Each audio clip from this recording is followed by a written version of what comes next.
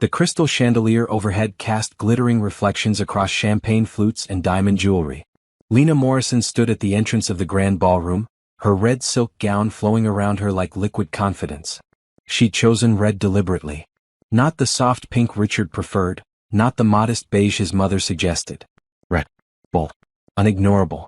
She walked through the crowd with her head high, even as her heart hammered against her ribs. 5 years of marriage had taught her how to wear a mask. 5 years of slowly disappearing into the background of her own life. But tonight was different. Tonight everything would change. The Bennett family table sat elevated on a platform near the stage. Prime location. Premium visibility. Exactly where the most important people at any Morrison Holdings event always sat. Lena's heels clicked against the marble floor as she approached, her small clutch held tight in her hands. Richard saw her coming. She watched his expression shift from surprise to annoyance in the span of a heartbeat. He was already seated, his arm draped casually over the back of the chair beside him. The chair that should have been hers. But it wasn't empty.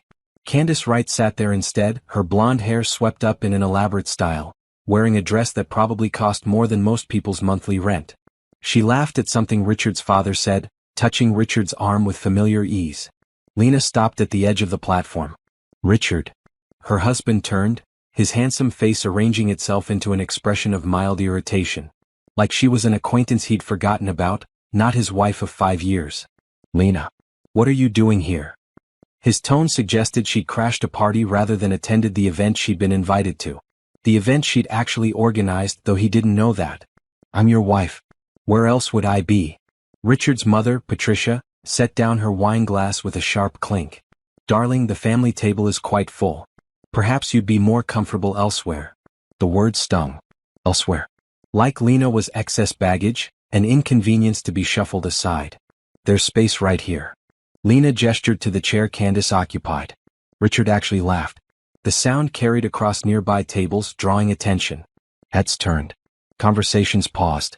Lena, don't make a scene. He stood, his tall frame imposing, his voice dropping to a harsh whisper that somehow still felt like a shout. Candace is here as a family friend. Mother specifically requested her presence. You know how important tonight is for the Bennetts. Just go sit in the back and stop embarrassing yourself. Family friend. That's what they were calling her now. The woman who sent late-night texts to Lena's husband. The woman Richard met for business lunches that stretched into evenings. The woman whose perfume Lena had smelled on Richard's collar more times than she could count. Richard, this is inappropriate. Lena kept her voice steady, but something in her chest was cracking. 5 years. 5 years of making herself smaller, quieter, more accommodating. And here she stood, being dismissed like hired help at an event in her own building.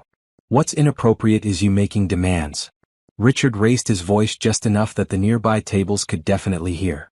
I told you to dress appropriately. I told you this was a Bennett family event.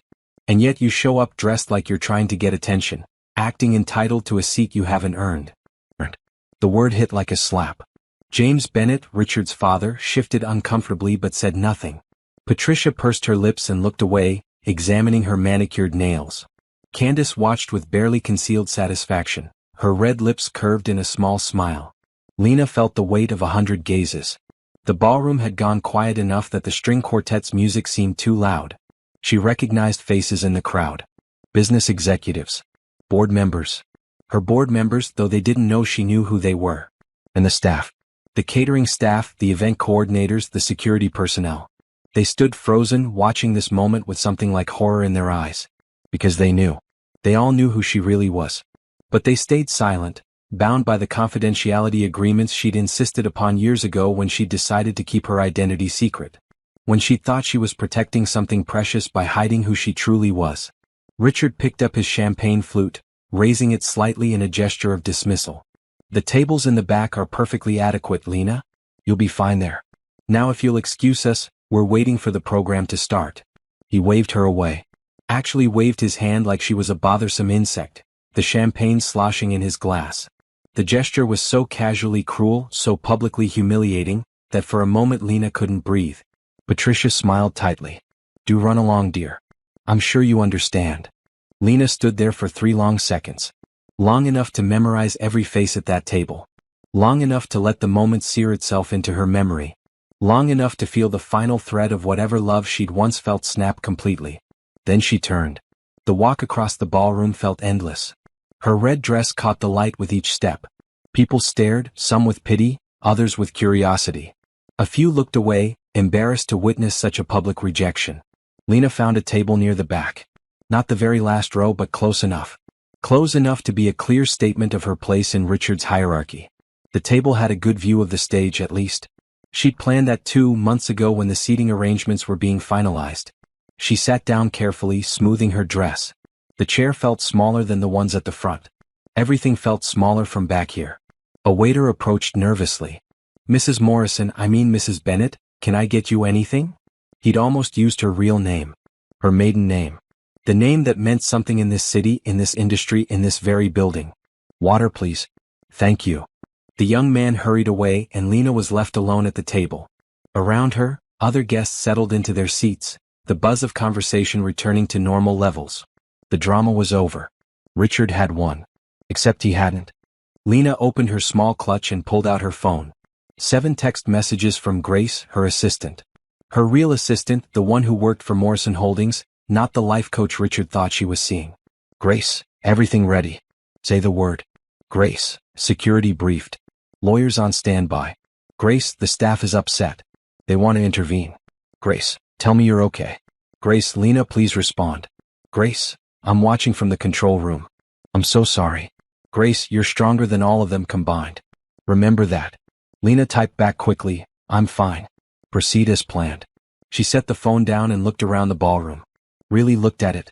The marble columns she'd chosen. The chandelier she'd selected. The artwork on the walls from her father's private collection. Every detail of this room had been approved by her, designed by her, paid for by her. The grand ballroom at Morrison Tower. The crown jewel of her late father's empire. The empire she'd inherited at 27, shell-shocked and grieving, trying to hold together a multi-billion-dollar company while the world told her she was too young, too inexperienced, too emotional. She'd proven them wrong. Quietly. Privately. Building her father's legacy into something even greater while hiding behind lawyers and proxy votes and carefully maintained anonymity. And then she'd met Richard. Charming, attentive Richard, who'd pursued her at a charity event without knowing who she was. Who'd made her laugh for the first time since her father's death. Who'd promised her a partnership, a future, a love that would last forever. She'd wanted so desperately to believe him. Wanted so desperately to be loved for herself, not for her money or her name or her company. So she'd kept her secret. She'd played the part of a woman with a modest trust fund, enough to be comfortable but not remarkable. She'd let Richard believe he was the successful one, the powerful one, the one who mattered. And slowly, year by year, he'd believed it more and more. Until she barely existed in his world at all. The lights began to dim. The string quartet finished their piece with a flourish. A spotlight illuminated the stage. Lena sat up straighter in her chair at the back of the ballroom. At the table where her husband had sent her. At the table she'd sat at deliberately, waiting for this exact moment. From the front of the room, she could see Richard leaning back in his chair, comfortable and confident. Patricia was laughing at something James said. Candace was checking her reflection in a compact mirror. None of them were paying attention to the stage yet. None of them had read the program carefully. None of them had questioned why a Bennett family dinner was being hosted at Morrison Tower, by Morrison Holdings, at a gala celebrating the company's new direction. The MC walked to the microphone. Lena recognized him. Jeffrey Santos, her director of communications. He'd been with the company for 15 years, had known her since she was a teenager visiting her father's office.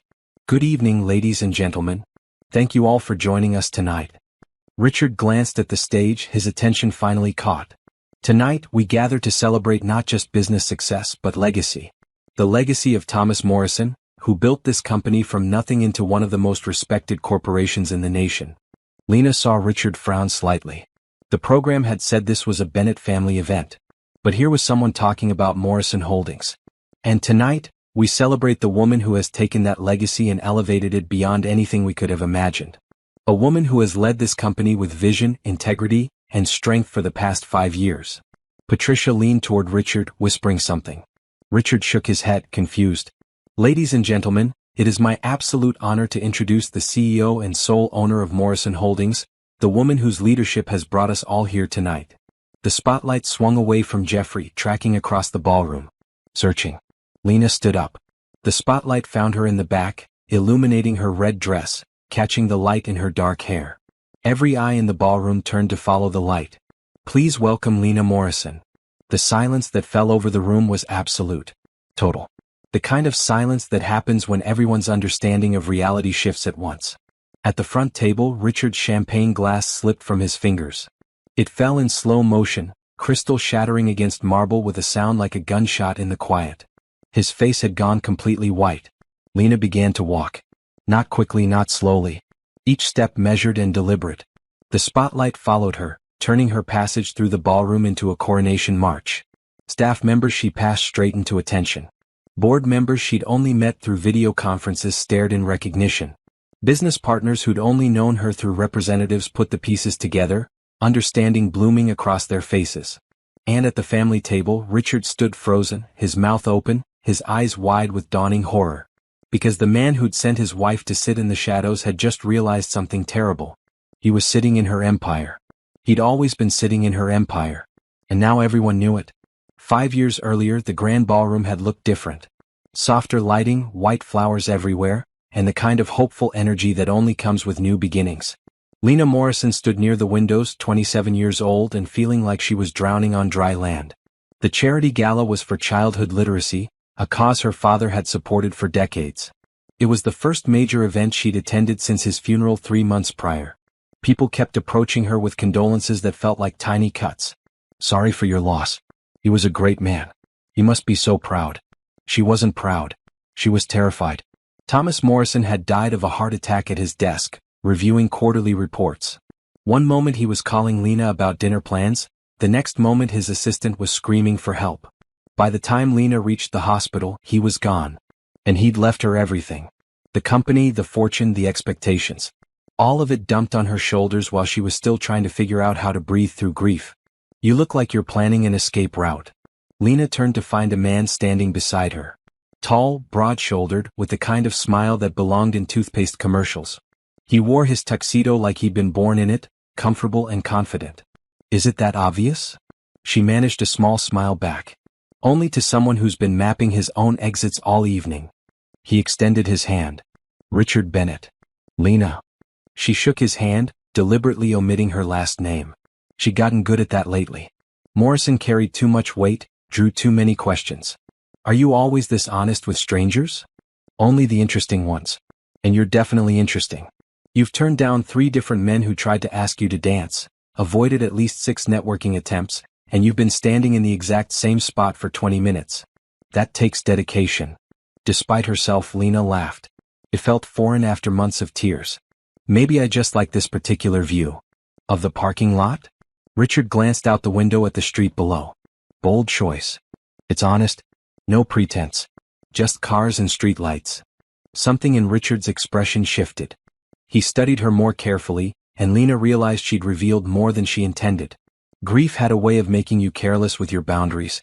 Rough night? He asked, his voice gentler. Rough few months. Lena wrapped her arms around herself. The ballroom felt too cold suddenly. Sorry, I'm not usually this. Human? Real? Richard moved to stand beside her, both of them looking out at the night. I get it. These events are exhausting. Everyone performing their best selves, making connections, playing the game. Do you like the game? Some days. He shrugged. Other days I wonder what it would be like to just be myself without all the expectations. They stood in comfortable silence for a moment. The music drifted over from the orchestra. Couples spun across the dance floor. Everyone looked so certain of their place in the world. I lost someone recently, Lena found herself saying. My father. And everyone keeps telling me how strong I'm being, how well I'm handling it. But I don't feel strong. I feel like I'm faking my way through every moment. That is strength. Richard turned to face her. Real strength isn't pretending it doesn't hurt. It's hurting and showing up anyway. Lena looked at him, then really looked. His eyes were kind. That was what struck her most. In a room full of sharks and climbers and people calculating their next move, here was someone who seemed genuinely kind. Would you like to get out of here? He asked. There's a coffee shop 2 blocks away. Much quieter. No one pretending to care about literacy while really caring about their stock portfolios. Lena knew she should say no. She didn't know this man. She had responsibilities, appearances to maintain. Her father's lawyer had warned her about people who might try to take advantage of her situation. But she was so tired of being careful. So tired of being the strong one, the responsible one, the heir to an empire she'd never asked for. Coffee sounds perfect. They slipped out together, leaving the gala behind. Richard didn't ask prying questions. He talked about movies he'd seen, books he'd read, a disastrous attempt at learning to cook that had ended with his kitchen covered in flour. Lena laughed more that night than she had in months. For a few hours, she wasn't Morrison Holdings' grieving heiress. She was just Lena, a woman having coffee with an interesting man. "Can I see you again?" Richard asked when he walked her to her car. "I'd like that. Tomorrow? Dinner?" "Tomorrow." Lena smiled, and it felt real this time. That was how it started. Dinner turned into a second date. A second date became a third. Richard pursued her with the kind of attention that made her feel seen for the first time in years. He sent flowers to her apartment, not knowing it was a penthouse in one of the city's most exclusive buildings. He took her to small restaurants, nothing fancy, places where they could talk for hours without interruption. He told her about growing up as a Bennett, the pressure of family expectations, the constant comparison to his older brother. His father's disappointment that Richard had chosen venture capital instead of joining the family's traditional investment firm. "Sometimes I feel like I'm playing a part," he admitted one night over wine. "Like the real me is buried under all these layers of what I'm supposed to be." Lena understood that feeling intimately. She was playing the biggest part of all, pretending to be someone ordinary when she was anything but. 3 months into their relationship, Richard said he loved her. They were walking through the park, autumn leaves crunching under their feet. He stopped, took both her hands in his, and said the words like they were sacred. "I love you, Lena. I know it's fast, but I've never been more sure of anything. You're real in a way no one else in my world is. You don't care about my last name or my connections. You just see me." Lena's heart swelled and ached at the same time. Because she did see him, but he didn't really see her. How could he, when she was hiding half of who she was? "I love you too," she whispered, and it was true. She did love him. She loved his kindness, his humor, the way he made her feel lighter. She loved that he'd met her in her grief and hadn't run away. But she didn't tell him the truth. Not then. They dated for a year before he proposed. By then, Lena was running Morrison Holdings from the shadows, her identity protected by layers of lawyers and proxy votes. The business world knew Thomas Morrison's daughter had inherited the company, but very few knew what she looked like or how involved she was. She liked it that way. It gave her freedom to lead without the constant scrutiny that came with being a young woman in power. Richard proposed at the same coffee shop where they'd had their first real conversation. He got down on one knee in front of startled baristas and afternoon customers, holding out a ring that was beautiful but not ostentatious. "Marry me," he said simply. "Be my partner. My best friend. My everything." Lena said yes. She said yes because she loved him, because she wanted to believe in the future they could build together. She said yes because she was tired of being alone in her grief and her responsibility. But she still didn't tell him the truth. The wedding was small, intimate. Richard thought it was because Lena preferred privacy. Really, it was because a big wedding would have drawn too much attention, would have made it impossible to keep her identity hidden. She invited a few college friends, distant cousins who wouldn't ask questions. Richard's family came, his parents gracious if a bit puzzled by their son's choice of a bride without an impressive pedigree. "She seems sweet," Lena overheard Patricia say to James at the reception. "Though I do wonder about her background. Richard's been quite secretive about her family. He loves her."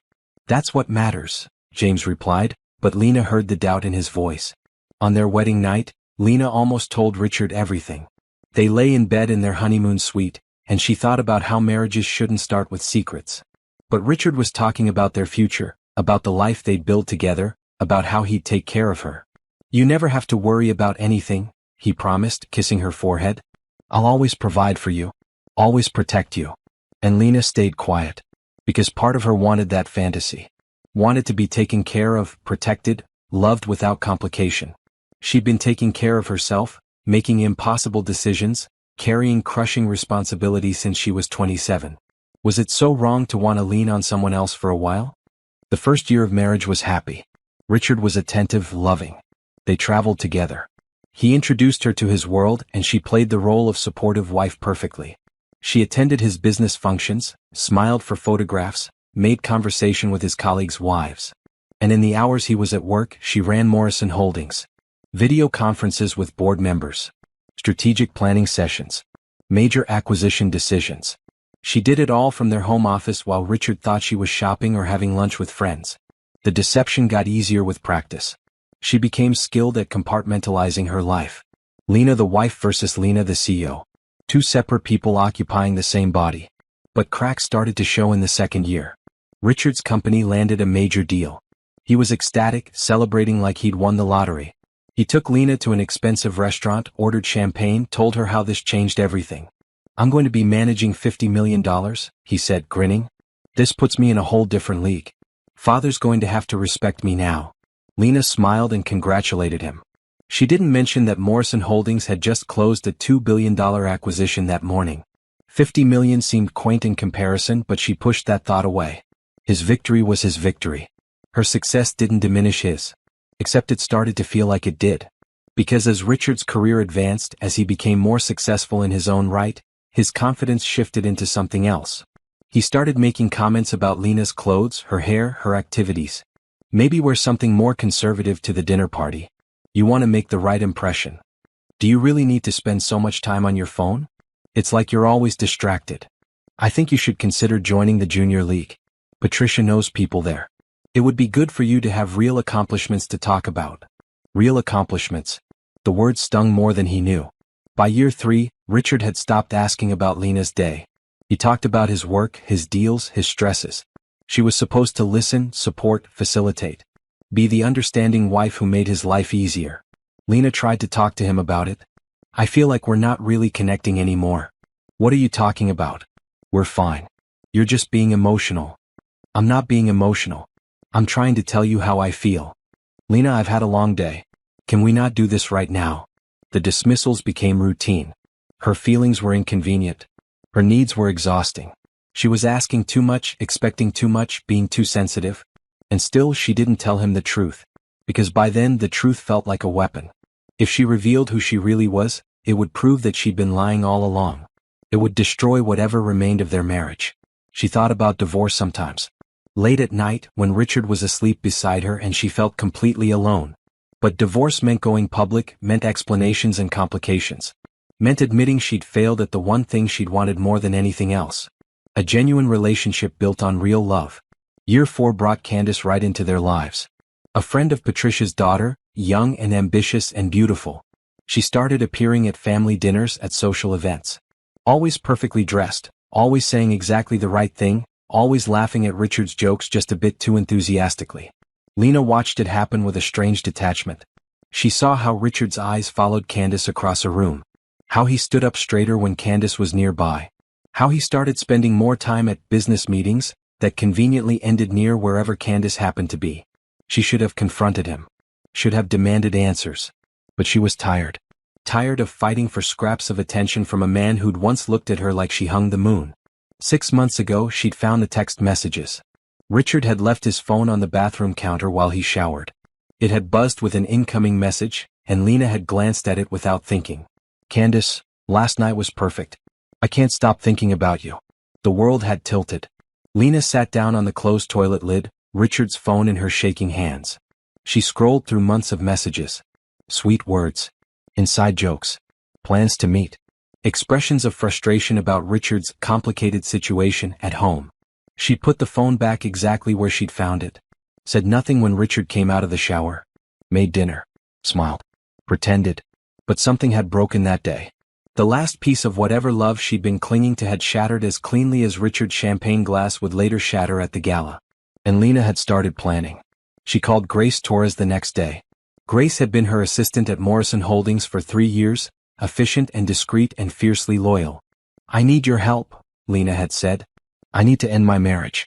But I need to do it right. Tell me what you need." What Lena needed was time. Time to document everything. Time to prepare the divorce papers. Time to position herself so that when she finally revealed the truth, she'd be standing on solid ground. And time to plan one perfect moment. One moment where Richard would finally see her, really see her, and understand exactly what he'd thrown away. "I want to announce my identity publicly," Lena had told Grace. "At the annual Morrison Holdings Gala. That's in 6 months. I know. That gives us time to prepare. Time to make sure every detail is perfect. And your husband? He'll be there. His family always comes to corporate events. They love the prestige. Grace had been quiet for a moment. You're going to tell him who you are in front of everyone. I'm going to show him who I am. There's a difference. So they planned. 6 months of careful preparation. 6 months of Lena playing the part of the dismissed wife while secretly arranging every detail of her reveal. 6 months of Richard treating her like she was invisible while she proved to herself and everyone else that she was anything but. And now, standing in the back of her own ballroom in her red dress with the spotlight following her forward, Lena felt something she hadn't felt in years. She felt free. From her table in the back of the ballroom, Lena had a perfect view of everything. The angle was deliberate. When she'd reviewed the seating charts with Grace 3 weeks ago, she'd made sure this particular table had an unobstructed sight line to the family platform. You want to watch, Grace had said quietly. I need to see their faces. Every reaction. Every moment. Now, as the program continued and guests mingled during the cocktail hour, Lena observed Richard at the front table. He sat close to Candace, their chairs angled toward each other in a way that spoke of intimacy. His hand rested on the back of her chair. Not touching her exactly but claiming space. Claiming proximity. Candace Wright was beautiful in the way that seemed effortless but Lena knew cost hours of effort. Her blonde hair fell in perfect waves. Her dress was designer, something blue and expensive that probably cost more than most people's monthly rent. She had the kind of laugh that carried across the room, musical and practiced. Patricia loved her. That much was obvious. Richard's mother leaned toward Candace frequently, touching her arm, including her in conversations. This was the daughter-in-law Patricia had probably always wanted. Someone from the right family, with the right connections, who understood how to play the society game. Everything Lena had refused to be. She remembered the first time she'd really noticed Candace. It was at a Bennett family dinner about 8 months ago. Richard had mentioned a friend of his cousins would be joining them, someone Patricia had wanted him to meet. She's involved in charity work, Patricia had said, her tone making it clear this was an accomplishment worth noting. The Symphony Board, the Children's Hospital Gala Committee. Very accomplished young woman. Lena had arrived at the dinner to find Candace already seated next to the chair that should have been Richard's. Her husband had been running late as usual. Candace had looked at Lena with an expression that seemed friendly on the surface but felt calculated underneath. You must be Lena. Richard's told me so much about you. Funny he hasn't mentioned you at all. Candace's smile hadn't wavered. Well, we've just started working together on a project. Venture capital funding for arts education.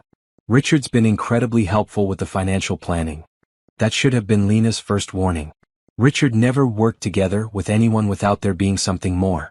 He collected people who could advance his status, his career, his ego. And Candace fit perfectly into that category. Over the following months, Candace became a regular presence in their lives. She appeared at every family gathering, every social event. Patricia started mentioning her constantly. Candace organized the most lovely luncheon. You should have been there, Lena. Oh, that's right, you had that appointment. What was it again? Lena never bothered explaining. Her appointments were board meetings, strategic planning sessions, acquisitions that would shape the future of Morrison Holdings. But to Patricia, they were just vague commitments that proved Lena wasn't really part of the family. And Richard had stopped defending her. Stopped including her. Started leaving her behind more and more often. The text messages she'd found 6 months ago had confirmed what she'd already known. Richard and Candace were having an affair. But seeing the words spelled out, seeing the intimacy captured in digital form, had made it real in a way her suspicions never had.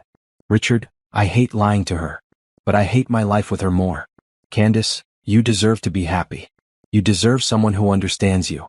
Richard, she's so needy lately. Always asking where I am, what I'm doing. It's suffocating. Needy.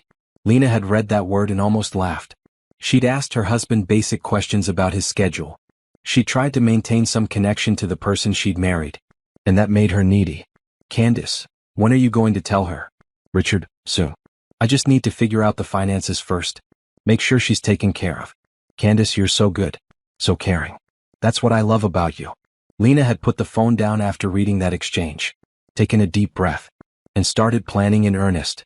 Because Richard thought he needed to figure out finances. Thought he needed to make sure Lena was taken care of.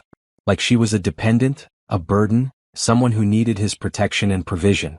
He had no idea that the money in their joint accounts came from her. That the house they lived in was purchased with her funds, carefully routed through enough channels that he'd never questioned it. That every investment he thought was his success was actually bankrolled by her fortune. Richard thought he was the powerful one. Thought he was the one making sacrifices by staying in a marriage that didn't satisfy him. Thought he was being noble by planning to take care of poor helpless Lena when he finally left. Now, watching him laugh with Candace at the front table, Lena felt nothing. Not anger, not hurt. Just a vast emptiness where love used to live. A waiter approached her table. "Mrs. Bennett, can I bring you anything?" She almost corrected him. Almost said Morrison, not Bennett. But there were still 15 minutes until the main program started. 15 minutes to maintain the illusion just a little longer. "I'm fine, thank you." The waiter hesitated. "Ma'am, if I may say, you shouldn't be sitting back here. It's where I was told to sit." "It's not right." The young man's jaw was tight. "We all know it's not right." Lena looked at him more carefully. She recognized him now. Daniel something, one of the catering staff Morrison Holdings used for all their events. He'd worked dozens of functions at Morrison Tower. He'd probably served her father. "I appreciate that, Daniel. But it's fine." "Really?" "No disrespect, ma'am, but it's not fine. None of us think it's fine." Around the ballroom, other staff members were watching. Lena saw the same expression on multiple faces. Anger on her behalf. Righteous indignation that their actual employer was being treated this way. "I promise you, everything is going to be okay." Lena kept her voice gentle. "Just a few more minutes." Daniel nodded slowly, understanding something in her tone. "Yes, ma'am. We're ready when you are." He walked away and Lena pulled out her phone again. More messages from Grace. "Grace, 10 minutes until showtime. You good?" "Grace, the board members are all here. Everyone who matters is watching." "Grace, I'm proud of you. Your father would be proud too." That last message made Lena's eyes sting. Her father. Thomas Morrison, who'd built an empire from nothing, who'd taught her that real power didn't need to announce itself. Who'd always told her that the most dangerous people in any room were the ones everyone underestimated. "Be patient, Lena," he used to say. "Let them think they know you. Let them make assumptions. Then show them who you really are when it matters most." She'd been patient for 5 years. Patient through Richard's gradual transformation from loving husband to distant stranger. Patient through his affair, his dismissals, his casual cruelties. Patient while he made her smaller and smaller in his world. Tonight, she would show him exactly how wrong he'd been. At the front table, Richard's phone buzzed. He glanced at it, then showed something to Candace. They both laughed. Patricia leaned over to see, joining in their amusement. James smiled indulgently at them all, playing the role of proud patriarch. This was the family that had rejected her. Not overtly, not with dramatic confrontations. Just with 1,000 small exclusions, a constant undermining of her worth, a steady message that she didn't belong. Patricia had once told her directly at a family dinner about 2 years ago. Richard had stepped away to take a call, and Patricia had fixed Lena with a cold stare. "You know, dear, I always thought Richard would marry someone more suitable. Someone with breeding, connections. Someone who could actually help advance the family name." "I love your son," Lena had replied quietly. "Love?" Patricia had waved a dismissive hand. "Love is fine for movies and romance novels. But real marriages, successful marriages, are about partnership. About two people who bring equal value to the table. And you don't think I bring value? I think you're a nice enough girl who caught my son at a vulnerable time. But honestly, Lena, what do you contribute? You have no career, no real accomplishments. You drift through life spending Richard's money and taking up space." Lena had excused herself from that dinner early, claiming a headache. She'd cried in her car for 20 minutes before driving home. Not because Patricia's words hurt in themselves, but because Richard had said nothing. He'd returned to the table, noticed Lena was gone, and simply shrugged. That night, she'd pulled up Morrison Holdings' quarterly reports. Reviewed the growth she'd achieved over the past 2 years. Looked at the jobs created, the communities impacted, the innovations funded. Reminded herself of who she actually was beneath the role she'd been playing. And she'd made a decision. She would stay silent a little longer. Would let them continue thinking she was nothing. Because when she finally spoke, when she finally revealed herself, their shock would be absolute. Grace appeared at Lena's table, materializing out of the crowd in her sleek maroon suit. She set down a folder, her expression carefully neutral for anyone watching, but her eyes were warm with concern. 5 minutes, Grace said quietly. "How are you holding up?" "I'm ready."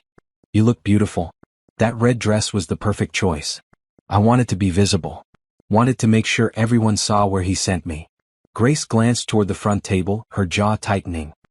He's about to regret every choice he's ever made. Not every choice. Lena followed Grace's gaze. The affair, the dismissals, treating me like I'm invisible. Those he'll regret. But marrying me? That was probably a genuine mistake on both our parts. We were never actually compatible. I just didn't want to see it.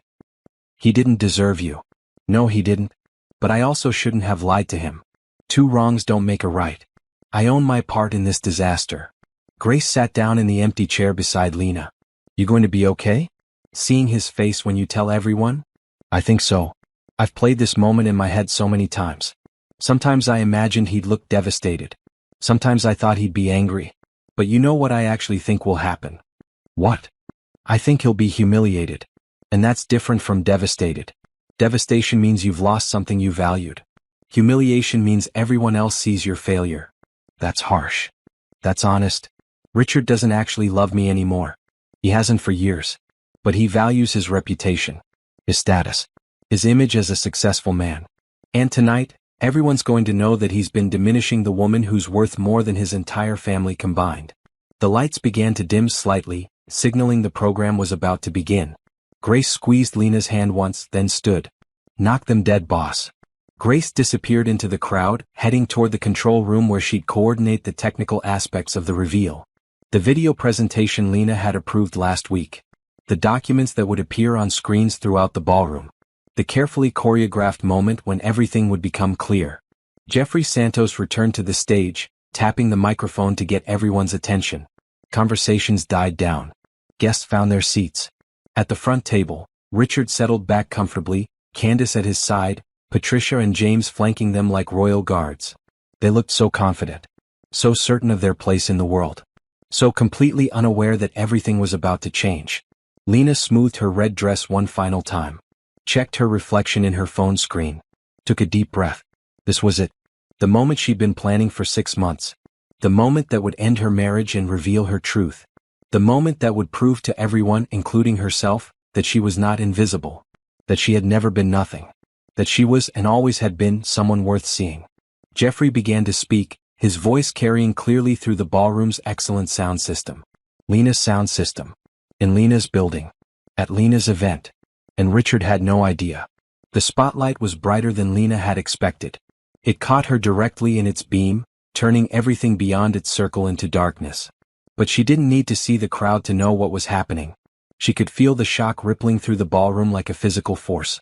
Each step toward the stage felt weighted with purpose. Her red heels clicked against the marble floor, the sound echoing in the sudden quiet. People shifted in their seats, craning their necks to watch her pass. Whispers started, soft and confused. Is that his wife? Why is she walking to the stage? Did he know about this? At the front table, Richard had frozen completely. His shattered champagne glass lay in pieces around his feet, liquid spreading across the marble. Candace's hand was pressed to her mouth, her eyes wide. Patricia had half risen from her seat, as if she might intercept Lena, then sat back down heavily. James just stared, his face blank with incomprehension. Lena kept walking. She'd practiced this walk in her penthouse, had measured out the exact distance, had timed her pace. Confident but not rushed. Steady but not hesitant. The walk of someone who belonged exactly where she was going. The stage stairs appeared in front of her. Jeffrey Santos stood at the top, extending his hand to help her up. His eyes were bright with something like pride. You've got this, he murmured as she passed him. Lena stepped up to the microphone. The entire ballroom lay before her, hundreds of faces turned toward the stage. She recognized most of them. Board members from Morrison Holdings. Executives from partner companies.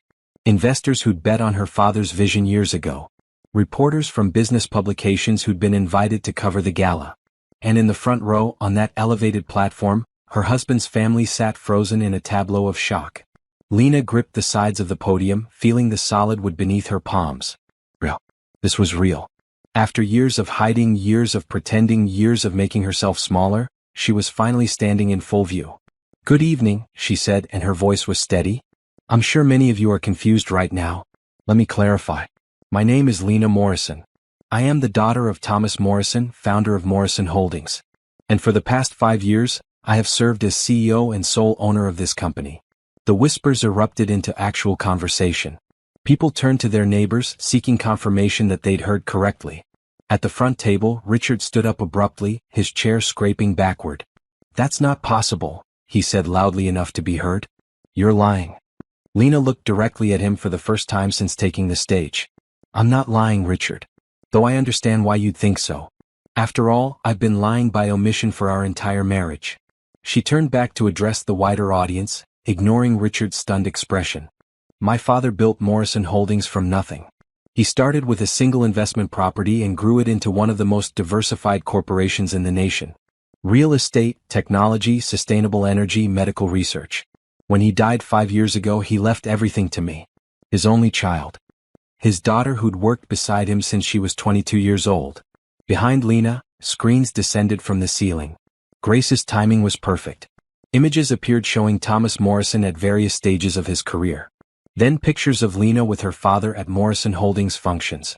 Lena in her 20s, professional and serious, standing beside Thomas at board meetings and ribbon cuttings. "Some of you knew my father personally. You remember him as a man of integrity who believed that true power didn't need to announce itself. He taught me that lesson well. Perhaps too well." A photo appeared of Lena at her graduation from business school. Thomas stood beside her, his arm around her shoulders, both of them beaming. "When my father died, I was 27 years old and utterly unprepared. But I had good people around me. Our board members." She gestured to several men and women in the audience. "Our executive team. Our legal counsel. They helped me navigate those first terrible months. They supported my decision to maintain a low public profile while I found my footing as CEO." Richard was still standing, but he'd gone pale. Patricia clutched his arm, whispering urgently. He shook his head, refusing whatever she was saying. "And then I met someone." Lena's voice softened slightly. "At a charity event very much like this one. Someone charming and kind who made me laugh for the first time since my father's death. Someone who pursued me without knowing anything about my background or my company. I convinced myself that was romantic. That it meant our connection was real." Another image appeared. A photo from their wedding day. Lena in a simple white dress, Richard in his tuxedo, both smiling at the camera. They looked happy. They had been happy at least in that moment. "So I made a choice. A terrible, dishonest choice. I decided not to tell him who I was. I wanted to be loved for myself, not for my money or my name. I wanted a relationship that existed separate from Morrison Holdings. I wanted to be just Lena, not Thomas Morrison's heir." She paused, letting that sink in. The ballroom was absolutely silent now. Everyone was listening, caught up in the story. "For 5 years I maintained that deception. I ran this company from home offices and video conferences while my husband thought I spent my days shopping and having lunch with friends. I made billion-dollar decisions while he made $50 million deals and felt proud of himself. I employed thousands of people while he told me I had no real accomplishments." Richard flinched at that. Good. He should flinch. "I'm not telling you this to embarrass my husband." Lena kept her voice even, factual. "I'm telling you because tonight marks the end of that deception. Tonight, Morrison Holdings enters a new phase. Under my leadership, this company has grown by 40%. We've expanded into 6 new markets. We've funded breakthrough medical research. We've created over 3,000 new jobs." The screens showed graphs and statistics. Revenue growth. Employment figures. Market expansion. All impressive. All proof of her competence. Tonight, I'm announcing several major initiatives. First, Morrison Holdings will be establishing a foundation in my father's name to support young entrepreneurs from underrepresented backgrounds. We'll be providing not just funding but mentorship and resources to help them build sustainable businesses. Applause started, tentative at first, then growing stronger. Lena waited for it to subside. Second, we're launching a new division focused on sustainable urban development. Cities that are livable, equitable, and environmentally responsible. This has been a passion project of mine for 2 years, and I'm excited to finally bring it into the light. More applause. Some board members were nodding, approval clear on their faces. This was their CEO. This was the woman who'd been leading them successfully for 5 years, even if some of them had only known her through video screens and proxy votes until recently. And third. Lena's voice hardened slightly. Morrison Holdings will be conducting a full review of all our partnerships and investments. We will be severing ties with any companies or individuals who don't meet our ethical standards, who don't align with our values of integrity, respect, and genuine partnership. She looked directly at Richard as she said this. His family had investments tied up in Morrison Holdings. Not direct investments, but enough connections that this review would definitely impact them. Patricia seemed to realize this a moment later, her face draining of color. I want to thank everyone who has supported this company over the past 5 years. Who believed in my leadership even when you didn't know who was actually leading. Who gave me the space to prove myself on merit rather than name recognition alone. Jeffrey stepped forward with a glass of champagne. Lena accepted it, raising it toward the audience. To Thomas Morrison, who taught me that real power is quiet until it needs to speak. And to new beginnings, built on honesty instead of deception. The entire ballroom stood and applauded. It was thunderous, genuine appreciation mixing with shock and curiosity. Reporters were already typing furiously on their phones. Board members were smiling. Business partners were reassessing everything they thought they knew. At the front table, Richard remained standing, but now he looked small somehow. Diminished. All his confidence, all his casual arrogance had evaporated. He stared at Lena like she was a stranger. Because she was a stranger. The woman he'd married, the woman he'd dismissed and belittled and cheated on, had never actually existed. She'd been a performance, a role Lena had played while her true self ran an empire he couldn't have imagined. Candace was looking between Richard and Lena with dawning horror. Whatever she'd thought she was getting when she pursued Richard, it wasn't this. She'd thought she was stealing a successful man from a nobody. Instead, she'd helped destroy the marriage of one of the wealthiest women in the country. Patricia's mouth was opening and closing soundlessly, like a fish gasping for air. All her comments about Lena's lack of accomplishments, her subtle digs about breeding and connections, her clear preference for Candace. All of it was echoing in the ballroom like accusations. James just looked tired. Like he'd known somehow that this night would come eventually. Lena set down her champagne glass. Now, please enjoy the rest of your evening. Dinner will be served shortly. And for those interested in learning more about our new initiatives, we'll be providing information packets and scheduling follow-up meetings throughout the next week. She stepped away from the microphone.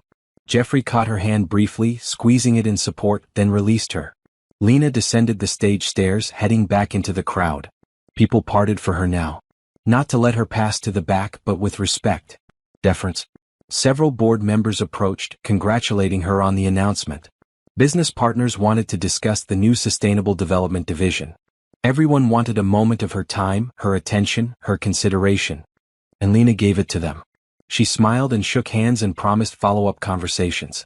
She was gracious and professional and completely in control. This was her element. This was who she actually was when not playing the role of diminished wife. Through the crowd, she could see Richard pushing toward her. His face was red, his eyes wild. Security started to move, but Lena shook her head slightly. Let him come. Let him have his moment of confusion and anger. He'd earned it through years of dismissing her. But before Richard could reach her, Patricia intercepted him. She grabbed his arm, pulling him toward a side door. James followed, and after a moment's hesitation, so did Candace. The Bennett family was retreating, regrouping, trying to figure out how to salvage something from this disaster. Let them try. Lena had just reclaimed her entire life in front of hundreds of witnesses. Whatever the Bennetts did next was irrelevant. Grace appeared at Lena's elbow. You were perfect. Absolutely perfect. How much time before Richard figures out how to corner me?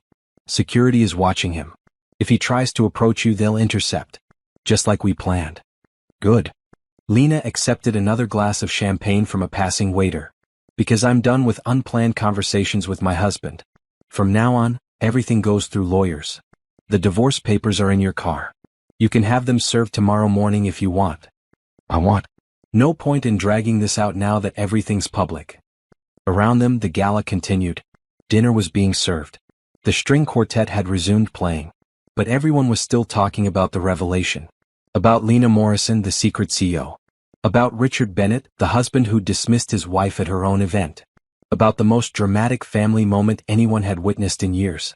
Lena moved through the crowd, accepting congratulations, deflecting questions about her marriage with professional grace. She was exhausted beneath her composed exterior, but she couldn't show it. Not yet. Not until she was safely alone and could finally let the weight of the evening settle. But for now, standing in her ballroom in her red dress with everyone finally seeing her, really seeing her, Lena felt something close to peace. She'd done it. She'd stood up. She'd spoken her truth. And the sky hadn't fallen. The world hadn't ended. Instead, it had opened up, making room for her to be fully herself at last. The applause was still ringing in Lena's ears when Richard finally caught up to her. Security had formed a subtle perimeter, but he was her husband. They couldn't completely block him. Not without causing more of a scene than had already occurred. He grabbed her elbow just as she was accepting another congratulations from a board member. His grip was tight enough to hurt. "We need to talk. Now." Lena turned to face him calmly. Up close she could see the panic in his eyes. The humiliation. The dawning understanding of how completely he'd misunderstood his entire life. "I don't think we have anything to discuss tonight, Richard. Are you insane?" He lowered his voice, but it was still harsh. "You just announced to hundreds of people that you're some billionaire CEO. That's fraud. Identity fraud. You've been lying this entire time." "I never lied about my identity. I just didn't advertise it. There's a difference. This is..." Richard looked around, aware they were being watched. He pulled her toward a quieter corner, away from the main crowd. Security followed at a discreet distance. "This is crazy. You run Morrison Holdings? You've been running it our entire marriage?" "Yes." "What? Why would you hide that?" Lena studied him. Even now he didn't get it. He wasn't asking why she'd felt the need to hide. He was asking why she'd bothered hiding something so valuable, as if her identity was currency she should have spent. "I wanted you to love me for who I am. Not for what I have." "That's ridiculous. Love isn't separate from reality. You can't just decide to be someone else." "I didn't decide to be someone else. I decided not to lead with my net worth." "Big difference." Richard's jaw clenched. "So all this time, while I've been working my ass off, building my career, you've been playing at being a housewife while secretly running a multi-billion-dollar company?" "I wasn't playing at anything. I was trying to have a marriage. Trying to build a life with you that wasn't about money or power." "How noble." His voice dripped with sarcasm. "Meanwhile you made me look like a complete fool. Do you have any idea what people are saying right now? I just dismissed my own wife at an event she was hosting. I sent you to the back of the room in your own building." There it was. His real concern. Not that he'd hurt her, not that their marriage had disintegrated, but that he looked bad. That his reputation had taken a hit. "You did dismiss me," Lena said quietly. "And yes, it was my building. My event. My company. All things you would have known if you'd ever actually asked me about my life instead of talking at me about yours. Don't turn this around on me. You're the one who lied. I omitted information. You had an affair." Richard's face went white. "What?" "I know about Candace. I've known for 6 months." He opened his mouth, closed it. Tried again. It's not what you think. It's exactly what I think. I read your text messages, Richard. All of them. The ones about how needy I am. How you deserve better. How you're planning to leave me as soon as you figure out the finances." She smiled without humor. "Turns out the finances are a lot more complicated than you thought. You read my private messages? You left your phone on the bathroom counter. It was unlocked. And honestly, I'm done feeling guilty about discovering your affair. You want to be angry at someone? Be angry at yourself. I can't believe this." Richard ran his hand through his hair, a gesture she'd once found endearing. Now it just looked like the performance it had always been. 6 months. You knew for 6 months and didn't say anything? I was preparing to leave you. Properly. With lawyers and documentation and a plan. Unlike you, who was apparently going to wing it once you figured out my non-existent finances. Patricia appeared then, her heels clicking sharply on the floor.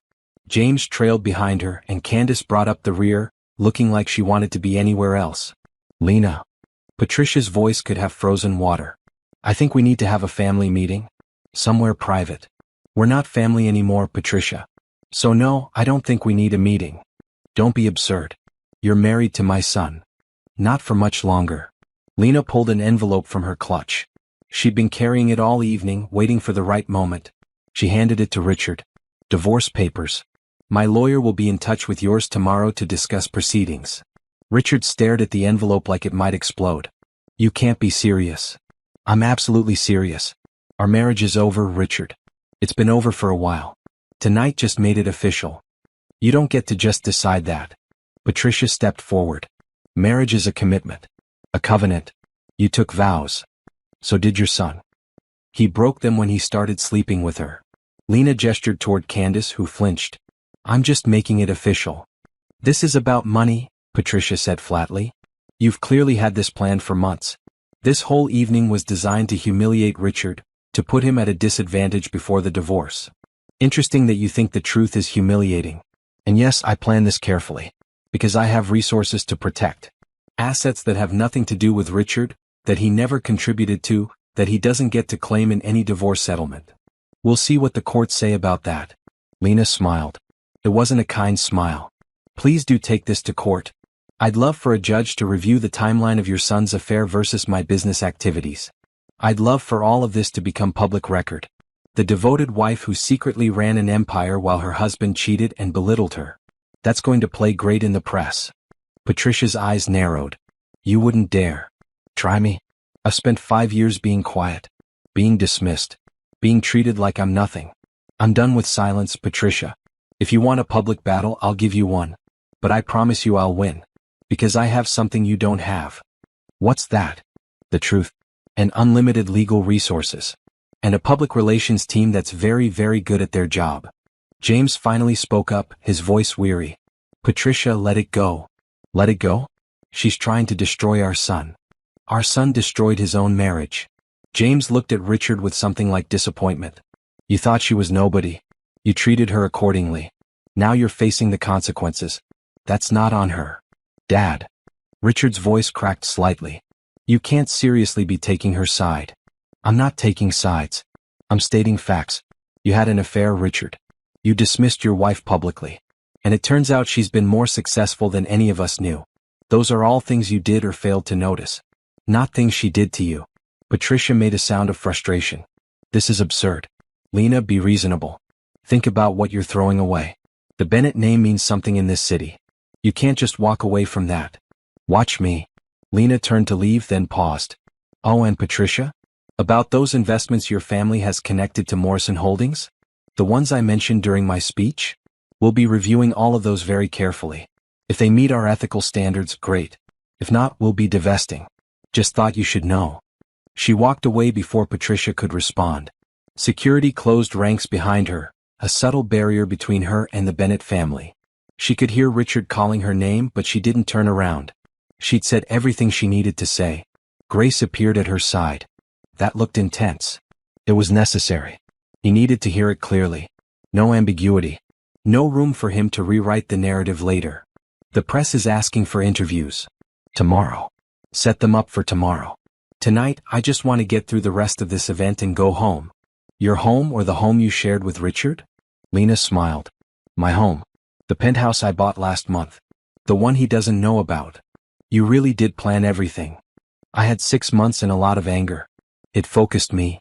They moved through the ballroom, Lena stopping periodically to greet guests, to accept congratulations, to reassure business partners that this personal drama wouldn't affect Morrison Holdings' operations. She was professional, composed, perfect. But inside she felt like she might shatter. The weight of the evening was catching up with her. The stress of the reveal, the confrontation with Richard, the years of living a double life. It all pressed down on her shoulders until she could barely breathe. I need air, she told Grace. They slipped out a side door onto a balcony overlooking the city. The night air was cool against Lena's skin. Below them, the city sparkled with lights. Thousands of lives playing out in apartments and offices and streets. All those people living their truths while she'd been hiding hers. You okay? Grace asked quietly. I don't know. Lena leaned against the railing. I thought I'd feel triumphant, vindicated. Instead, I just feel tired. That's normal. You just blew up your entire life. Did I? Or was my life already blown up? I just stopped pretending it wasn't. Grace was quiet for a moment. What Richard said in there about you making him look bad. That's not on you, Lena. He made himself look bad through his own actions. I know. But I did hide who I was. I did lie by omission. That's on me. You were trying to protect yourself. Trying to find genuine connection in a world where everyone wants something from you. That's not wrong. It wasn't honest though. And now I'm getting divorced and outing my identity and everything is going to be different. Everyone's going to treat me differently. Some people will. The people who matter won't. Lena thought about her father. About how he'd warned her that wealth and power change relationships. How he'd told her to choose carefully who she trusted, because most people would see her resources before they saw her. She thought she could escape that by hiding. Turned out, you couldn't build anything real on a foundation of secrets. Not a company, not a reputation, not a marriage. I need to get back in there, she said, straightening up. People are expecting me to be present. You don't owe them anything more tonight. You've already given them enough to talk about for months. But I owe Morrison Holdings. My father's legacy. The employees who depend on this company. I can't fall apart just because my marriage ended. I have responsibilities. Grace touched her arm gently. Your father would want you to take care of yourself too. Not just the company. Right now, the company is easier to take care of than myself. So let's focus on that. They went back inside. The gala was winding down now. Dinner had been served and cleared. People were starting to leave, though many lingered, hoping for another glimpse of Lena, another conversation, another moment of drama. Richard and his family had left. Their table sat empty, a stark reminder of everything that had changed in a single evening. Lena found herself staring at it, at the space where she should have been sitting all along. Maybe if she'd sat there from the beginning, if she'd claimed her place instead of accepting Richard's dismissal, tonight would have gone differently. Maybe if she'd revealed her identity earlier, her marriage could have been saved. But probably not. The problems in their relationship went deeper than deception. Richard had wanted a wife who reflected his success, not one who outshone it. He'd wanted someone manageable, controllable, grateful for his provision. Lena had never been any of those things. She just pretended to be for far too long. The last guest trickled out around 11. Jeffrey approached with final details about cleanup and security. Grace coordinated with the staff about next steps. Lena stood in the center of her ballroom, surrounded by the remnants of her big revelation, and felt oddly hollow. She'd done it. She'd reclaimed her identity. She'd ended her marriage. She'd proven to everyone that she was powerful, successful, worthy of respect. So why did she feel so alone? Come on, Grace said, taking her elbow gently. Let's get you home. Real home. You're home. Lena let herself be led to the private elevator that would take them to the parking garage. As the doors closed, she caught one last glimpse of the ballroom. Empty now, echoing. The scene of her transformation from invisible wife to visible CEO. Tomorrow the press would have a field day. Richard would hire lawyers. Patricia would plot revenge. Candace would probably disappear, realizing too late that she'd bet on the wrong person. But tonight, Lena was just going to go home. To her penthouse that Richard had never seen. To her space that she'd created just for herself. And she was going to let herself feel whatever she needed to feel without worrying about appearances or expectations or anyone else's opinion. She'd spent 5 years being who everyone else needed her to be. Tonight had been about reclaiming who she actually was. Tomorrow she'd start figuring out what that meant for the rest of her life. But tonight she was just Lena Morrison. Tired, honest, and finally free. The penthouse was dark and quiet when Lena arrived. She'd bought it under Morrison Holdings' real estate division, a corporate asset that happened to be perfectly suited to her personal needs. 27th floor, floor-to-ceiling windows, a view of the city that reminded her of her father's old office. Grace had already been here earlier in the week, coordinating the move of Lena's personal belongings. Everything Richard didn't know about. Her files, her documents, her real life that had existed parallel to their marriage. Lena kicked off her heels in the entryway and walked barefoot across hardwood floors. The red dress whispered around her legs as she moved to the windows, looking out at the city lights below. Somewhere out there, Richard was probably still processing what had happened. Patricia was probably calling every lawyer she knew. Candace was probably wondering if she should apologize or disappear. Let them wonder. Let them spiral. Lena had spent enough time worrying about their feelings, their reactions, their opinions of her. Her phone buzzed. She'd been ignoring it for the past hour, but now she glanced at the screen. 47 text messages. 15 missed calls. Emails flooding in faster than her phone could notify her. Most were congratulations from business contacts. A few were interview requests from reporters. 3 were from her therapist checking if she was okay. And buried in the middle of everything else, a series of increasingly desperate messages from Richard. Richard, we need to talk. This isn't over. Richard, you can't just walk away from a marriage like this. Richard, at least have the decency to explain yourself. Richard, I deserve answers, Lena. Richard, call me. No. She deleted them without responding. He'd have plenty of opportunities to talk through lawyers. That was all the communication their relationship required now. Grace appeared in the doorway with 2 mugs of tea. Thought you might need this. You didn't have to stay. Where else would I be? Grace handed her a mug and settled onto the couch. Besides, I want to debrief.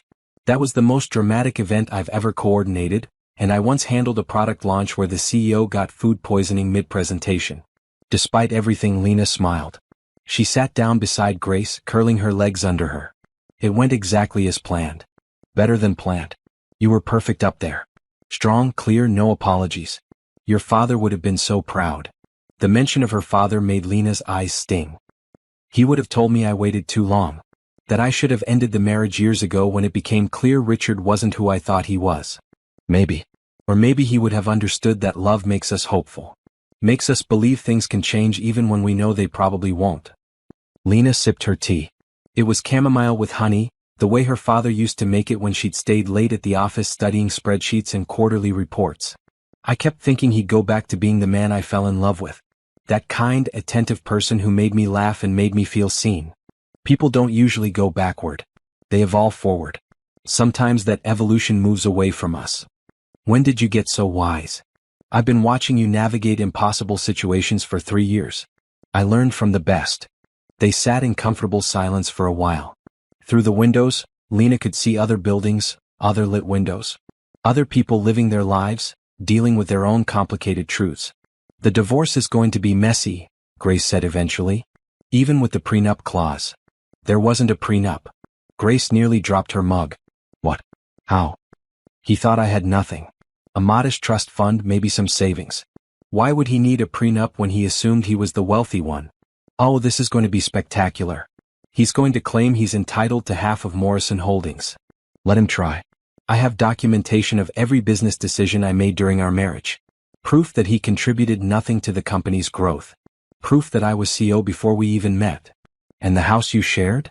Purchased with my money, though the paper trail is deliberately complicated. My lawyers have been preparing for this for months. Grace shook her head in admiration. You really did plan everything. I had to. Once I decided to leave, I couldn't afford any mistakes. Richard comes from money. His family has connections. If I didn't prepare properly, they could have made everything difficult. They're still going to try. Let them. I have something they don't have. Unlimited resources? Truth. Everything I've said, everything I've revealed, it's all verifiable. I didn't have to lie tonight. I just had to stop hiding. That gives me an advantage they can't counter. Lena's phone buzzed again. This time it was her lawyer, Harold Sterling. She answered on the second ring.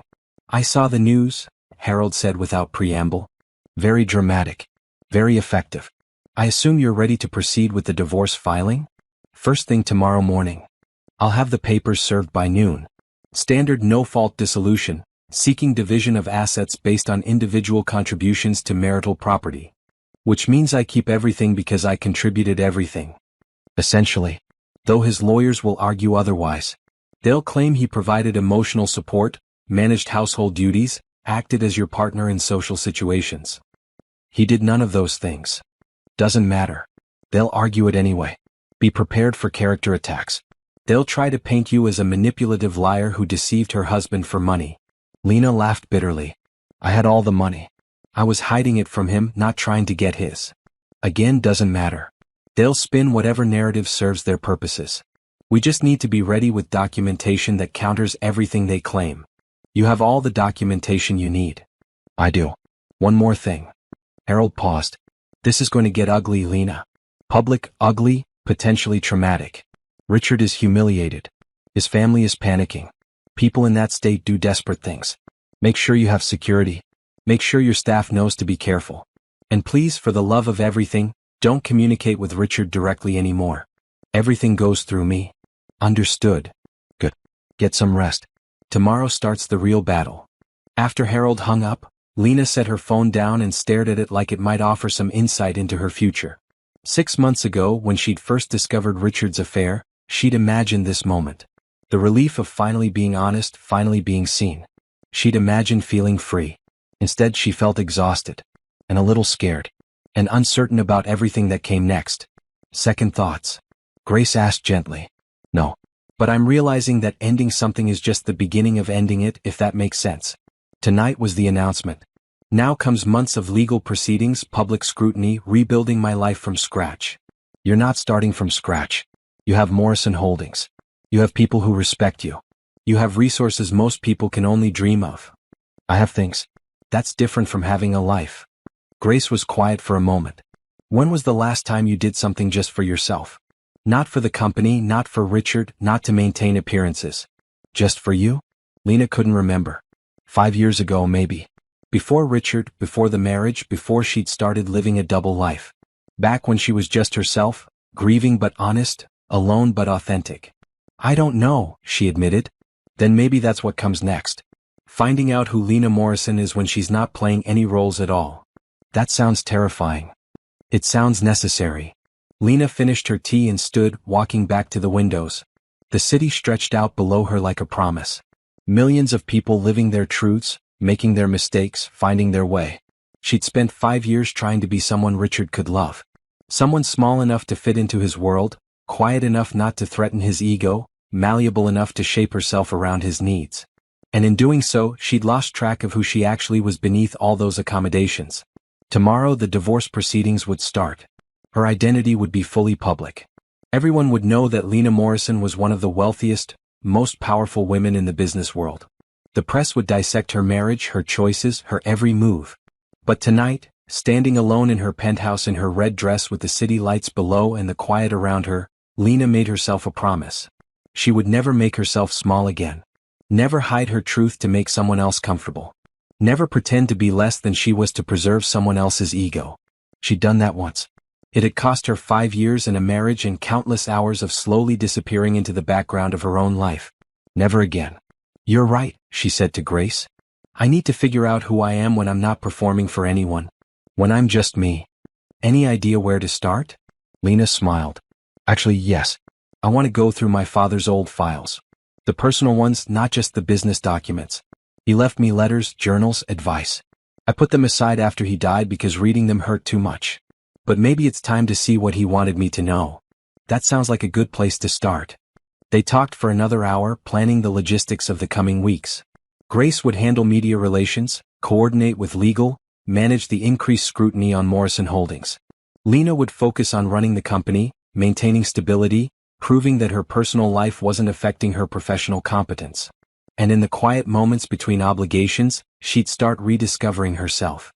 Around midnight, Grace finally left. Lena locked the door behind her and stood in her empty penthouse. Her space. Her sanctuary. The place where she could finally stop performing and just exist.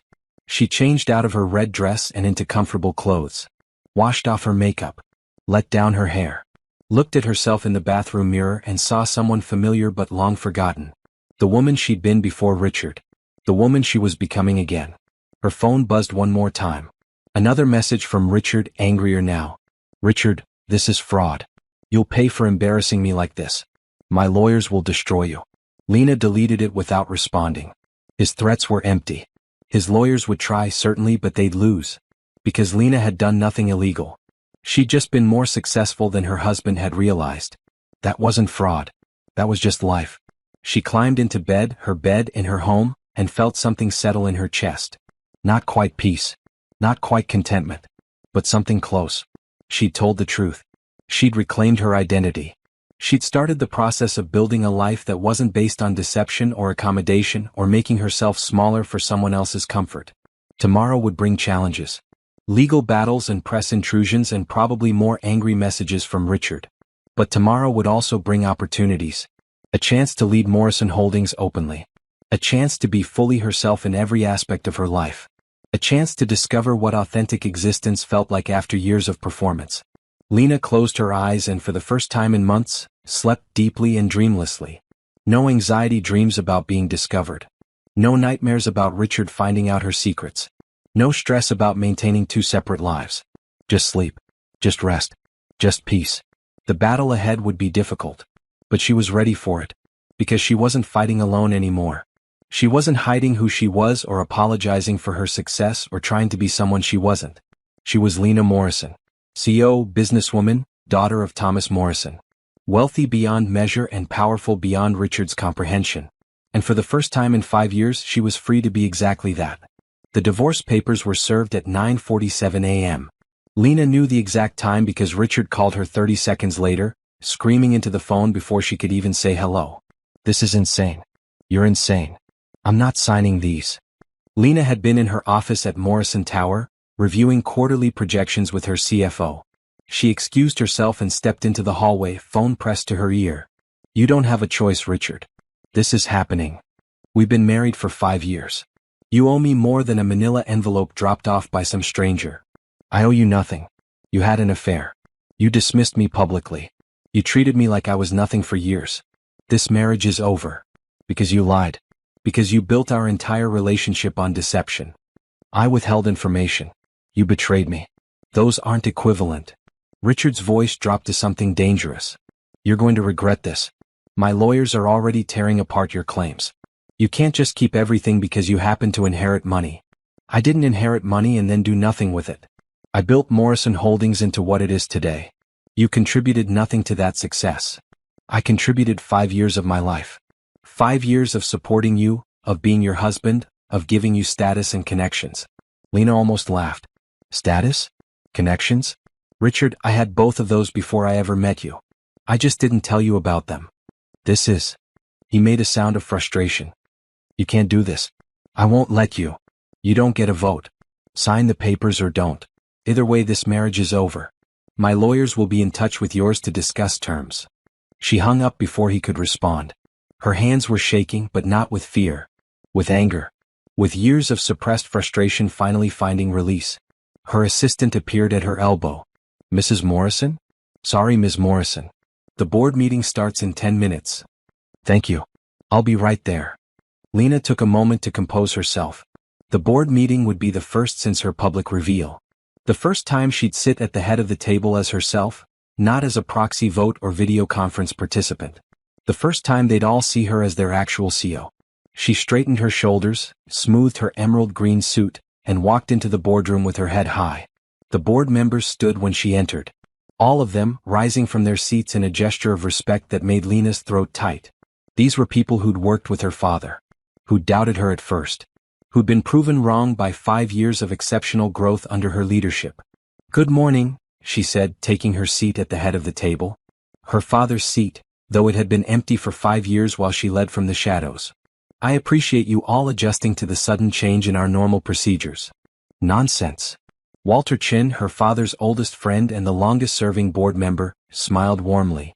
"We should have been meeting like this from the beginning. It's good to finally see you where you belong, Lena." Others nodded in agreement. The CFO passed out folders containing the agenda. The meeting proceeded normally, discussing quarterly results, upcoming projects, strategic initiatives. But there was an energy in the room that hadn't existed before. A sense of things clicking into place. Of truth replacing performance. "Before we adjourn," Lena said at the end, "I want to address the elephant in the room. My personal situation has become very public. I want to assure all of you that it will not impact Morrison Holdings' operations or stability."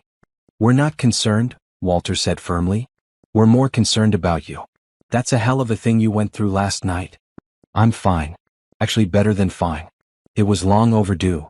Your husband." Another board member, Patricia Wilson, hesitated. "He's making statements to the press. Claiming you manipulated him, that you're unstable." Lena's jaw tightened. "Let him talk. My lawyers are documenting everything. If he crosses any legal lines, we'll respond accordingly. But I'm not going to engage in a public mudslinging contest. Morrison Holdings' reputation is more important than defending myself against baseless accusations." "Spoken like your father," Walter said quietly. "Thomas always said the best response to lies was continued excellence. Let your work speak for you." After the meeting, Lena retreated to her office. It was the same office her father had used, though she'd updated some of the furnishings. His desk remained, solid oak that had witnessed decades of decisions. His chair, worn leather that still smelled faintly of his cologne. His view of the city, the empire he'd built, spread out below. Grace knocked and entered without waiting for permission. "You need to see this." She pulled up several news articles on Lena's computer. The headlines were explosive. "Secret CEO exposes cheating husband at own gala."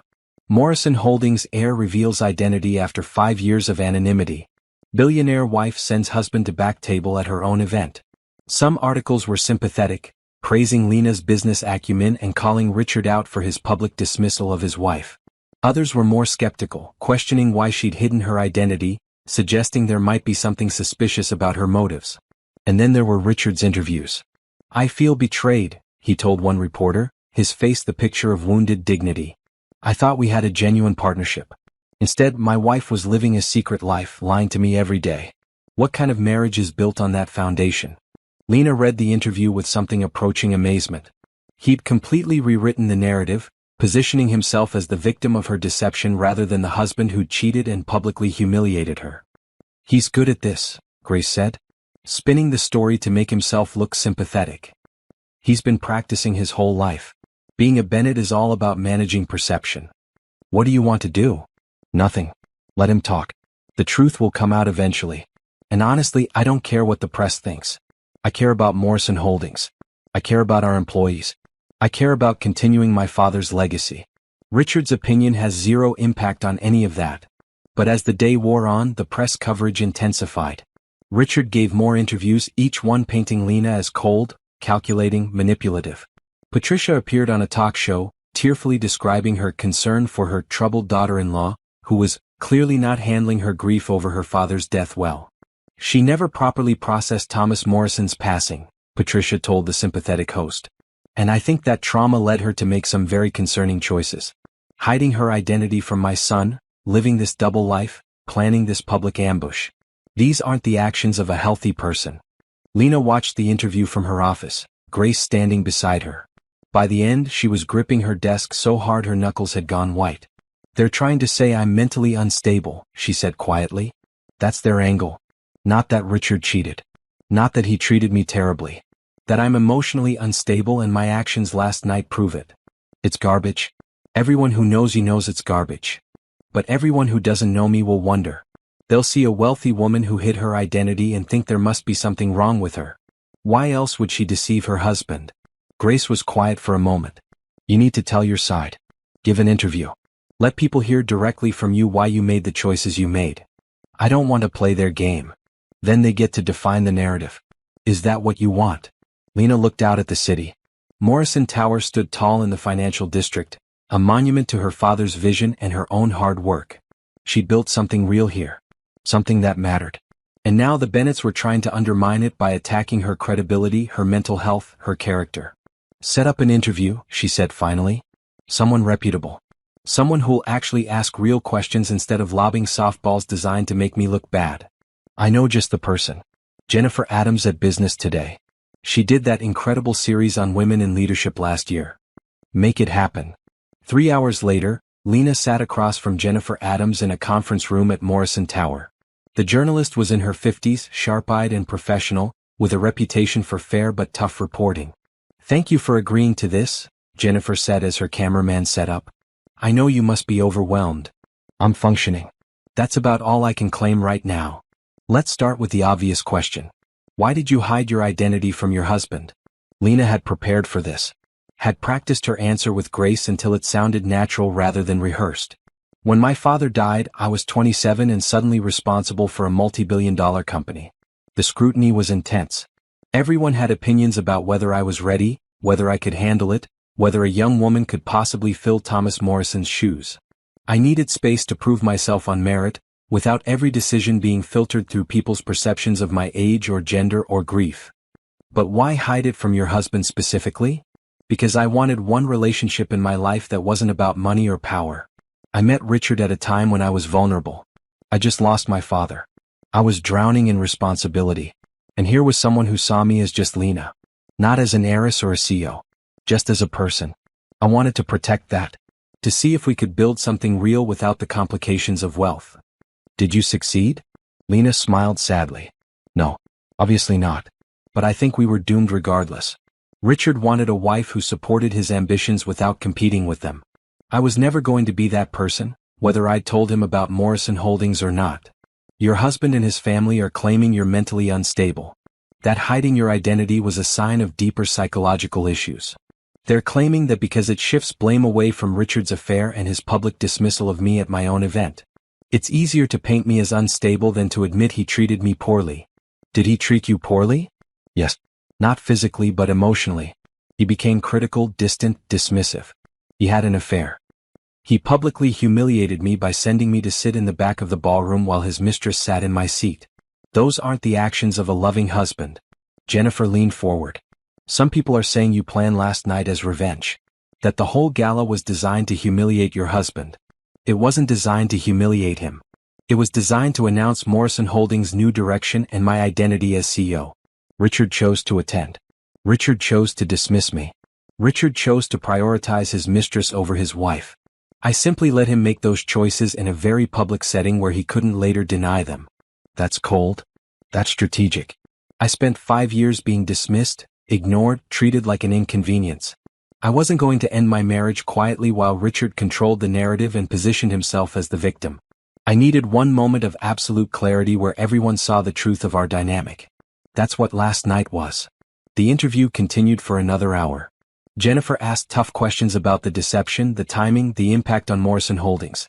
Lena answered each one honestly, not trying to spin herself as perfect but refusing to accept blame for Richard's choices. When it was over, Jennifer turned off the camera and studied Lena thoughtfully. Off the record? Your husband is an idiot. You're brilliant, successful, and stunning. The fact that he couldn't see what he had is his loss. Thank you. On the record? This interview is going to help. People need to hear your perspective. But be prepared. The Bennetts aren't going to stop attacking you just because you defended yourself once. I know. But I'm done being silent about who I am and what I've accomplished. If they want a fight, they'll get one. Lena returned to her office to find 3 messages from Richard's lawyer. Each one more aggressive than the last, demanding meetings, threatening legal action, claiming Richard was entitled to half of everything Lena owned. She forwarded them all to Harold Sterling without responding. By evening, the interview had been posted online. Within an hour, it had over 1 million views. The comments were mixed. Some people sympathized with Lena's position. Others still questioned her motives. But the narrative was shifting, becoming more balanced. Grace called around 8 p.m. Have you seen the trending topics? I try to avoid social media. Well, #TruthNotTrauma is trending. People are pushing back against Patricia's mentally unstable narrative. They're pointing out that hiding your identity to avoid gold diggers isn't crazy, it's smart. That's something, I guess. It's more than something. You're winning the public opinion battle. Keep doing what you're doing. Stay calm, stay honest, let your work speak for itself. After Grace hung up, Lena stood at her office windows looking out at the city. Somewhere out there, Richard was probably fuming. Patricia was probably strategizing. Candace was probably wishing she'd never gotten involved with a married man. And Lena? She was tired. Exhausted, really. But also oddly at peace. The fallout from her revelation was intense. The divorce would be messy. The public scrutiny would continue. But she was done hiding. Done pretending. Done being someone she wasn't to please people who didn't value her. She was Lena Morrison. CEO, businesswoman, truth teller. Powerful, successful, and finally visible. And that was enough. 2 months had passed since the gala. 2 months of legal meetings, press interviews, and carefully managed public appearances. 2 months of Richard's lawyers trying and failing to claim any portion of Morrison Holdings. 2 months of Patricia's increasingly desperate attempts to paint Lena as unstable while the evidence mounted against her son. The divorce was progressing. Not quickly because Richard was fighting every single point, but steadily. Harold Sterling was methodical, producing document after document proving that Lena had built and maintained Morrison Holdings entirely independently of her marriage. He's trying to claim emotional contribution, Harold explained during one of their weekly meetings, arguing that his support during your father's death entitled him to compensation. He barely knew me during my father's death. We'd only been dating a few months. I know. His lawyers are grasping at straws. But it means this is going to drag on for a while longer. Another 3 months at least. Lena had expected as much. The Bennetts didn't give up easily. But she could wait. She had resources they couldn't match and truth on her side. What surprised her was how good it felt to be openly herself.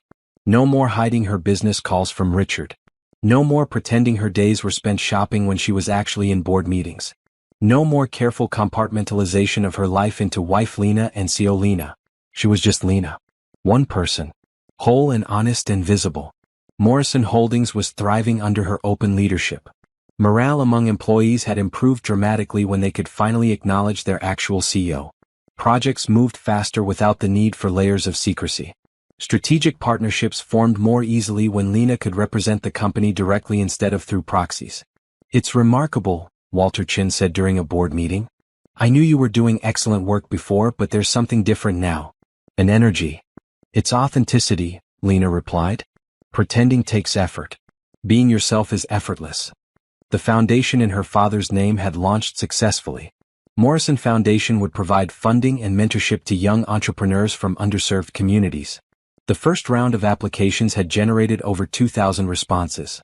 Grace was helping coordinate the selection committee, bringing her characteristic efficiency to the process. These stories are incredible, Grace told Lena one afternoon, spreading applications across the conference table. Single mothers starting businesses. Immigrant entrepreneurs with amazing ideas but no access to capital. Young people who remind me of your father's early days. Lena reviewed the applications, moved by the ambition and hope in every proposal. This was her father's legacy. Not just the company but the commitment to creating opportunities for people who'd been overlooked by traditional systems. Fund all of them, she said impulsively. Grace looked up, startled. All 2,000? Start with the top 500.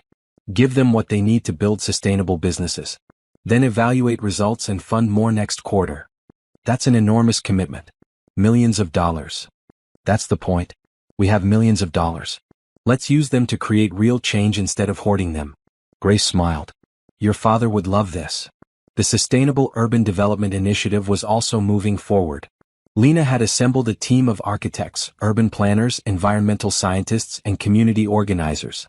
They were reimagining what cities could be when designed with both people and planet in mind. We're not just building green buildings, she explained to a reporter during another interview. We're creating spaces where people can actually thrive. Affordable housing near public transit. Community gardens integrated into residential areas. Renewable energy systems that make neighborhoods self-sufficient. This is about sustainability in every sense of the word. The project garnered significant media attention. Positive attention for once, focused on Lena's vision rather than her personal drama. But the drama wasn't entirely gone. She ran into Richard at a business event 3 months after the gala. Literally ran into him, turning a corner at the convention center and nearly colliding with his chest. Lena. He stepped back, his expression carefully neutral. Candace wasn't with him. Lena had heard through various sources that their relationship had imploded spectacularly once Candace realized Richard had no actual power or money of his own. Richard. They stood in the hallway, people flowing around them, both uncertain how to navigate this accidental encounter. You look well, he said finally. I am well. You. Managing. He glanced around, lowering his voice. Can we talk? Just for a minute? Lena checked her watch. She had 15 minutes before her panel discussion started. Sure. They found a quiet alcove away from the main traffic flow. Richard looked different than he had at the gala. Thinner. Tired. Less polished around the edges. I wanted to apologize, he said, for how I treated you. Not just that night but for years before. You deserved better. Lena studied him, trying to determine if this was genuine or another manipulation. Why now? Because I've had time to think. Time to realize how badly I screwed up. You were right about everything. I was threatened by you. Intimidated. And instead of dealing with that maturely, I made you feel small. Yes, you did. I don't expect forgiveness. I don't even know if I deserve the chance to apologize. But I needed to say it. You were an incredible partner. I was just too insecure to appreciate it. Lena felt something in her chest loosen. Not forgiveness exactly, but something like closure. Thank you for saying that. I'm not fighting the divorce anymore. I told my lawyers to settle. You should keep everything. It was always yours anyway. Richard, you don't have to. Yes, I do. It's the right thing to do. Maybe the first right thing I've done in years. He smiled sadly. I hope you find someone who appreciates you, who isn't threatened by your success. You deserve that. He walked away before Lena could respond. She stood in the alcove, processing the unexpected apology, feeling lighter than she had in months. Maybe Richard wasn't entirely irredeemable. Maybe people could learn, grow, become better versions of themselves. It didn't erase what he'd done, but it offered a different ending than she'd expected. Not a happy ending, but an honest one. The panel discussion went well. Lena spoke about sustainable development and entrepreneurship support with passion and clarity. People in the audience leaned forward, engaged by her vision. Afterward, several business leaders approached her with partnership proposals, investment opportunities, collaborative projects. This was who she was now. Not Richard Bennett's wife. Not the hidden CEO. Just Lena Morrison, leader and visionary in her own right. That evening she attended a networking dinner. She wore a royal blue dress that made her feel powerful and beautiful. No longer hiding in the background, no longer trying to blend in. She stood at the center of conversations, confident in her expertise, unafraid to take up space. "You've transformed in the past few months," someone commented. A woman she'd met at previous events, though they'd never really talked beyond pleasantries. "I stopped pretending to be someone else. It shows. You're radiant." Lena smiled. Radiant. She'd take that. Later, walking to her car through the convention center's parking garage, she found herself humming. Actually humming, something she hadn't done in years. There was joy bubbling up inside her, pure and unexpected. She'd survived the scandal. Survived the divorce proceedings. Survived her marriage falling apart in the most public way possible. And not only survived but thrived. Morrison Holdings was stronger than ever. Her reputation as a business leader was solidifying. Her initiatives were making real differences in people's lives. And she was genuinely happy for the first time she could remember. Her phone rang. Grace's name appeared on the screen. "Please tell me you're not working this late," Lena answered. "I'm not working.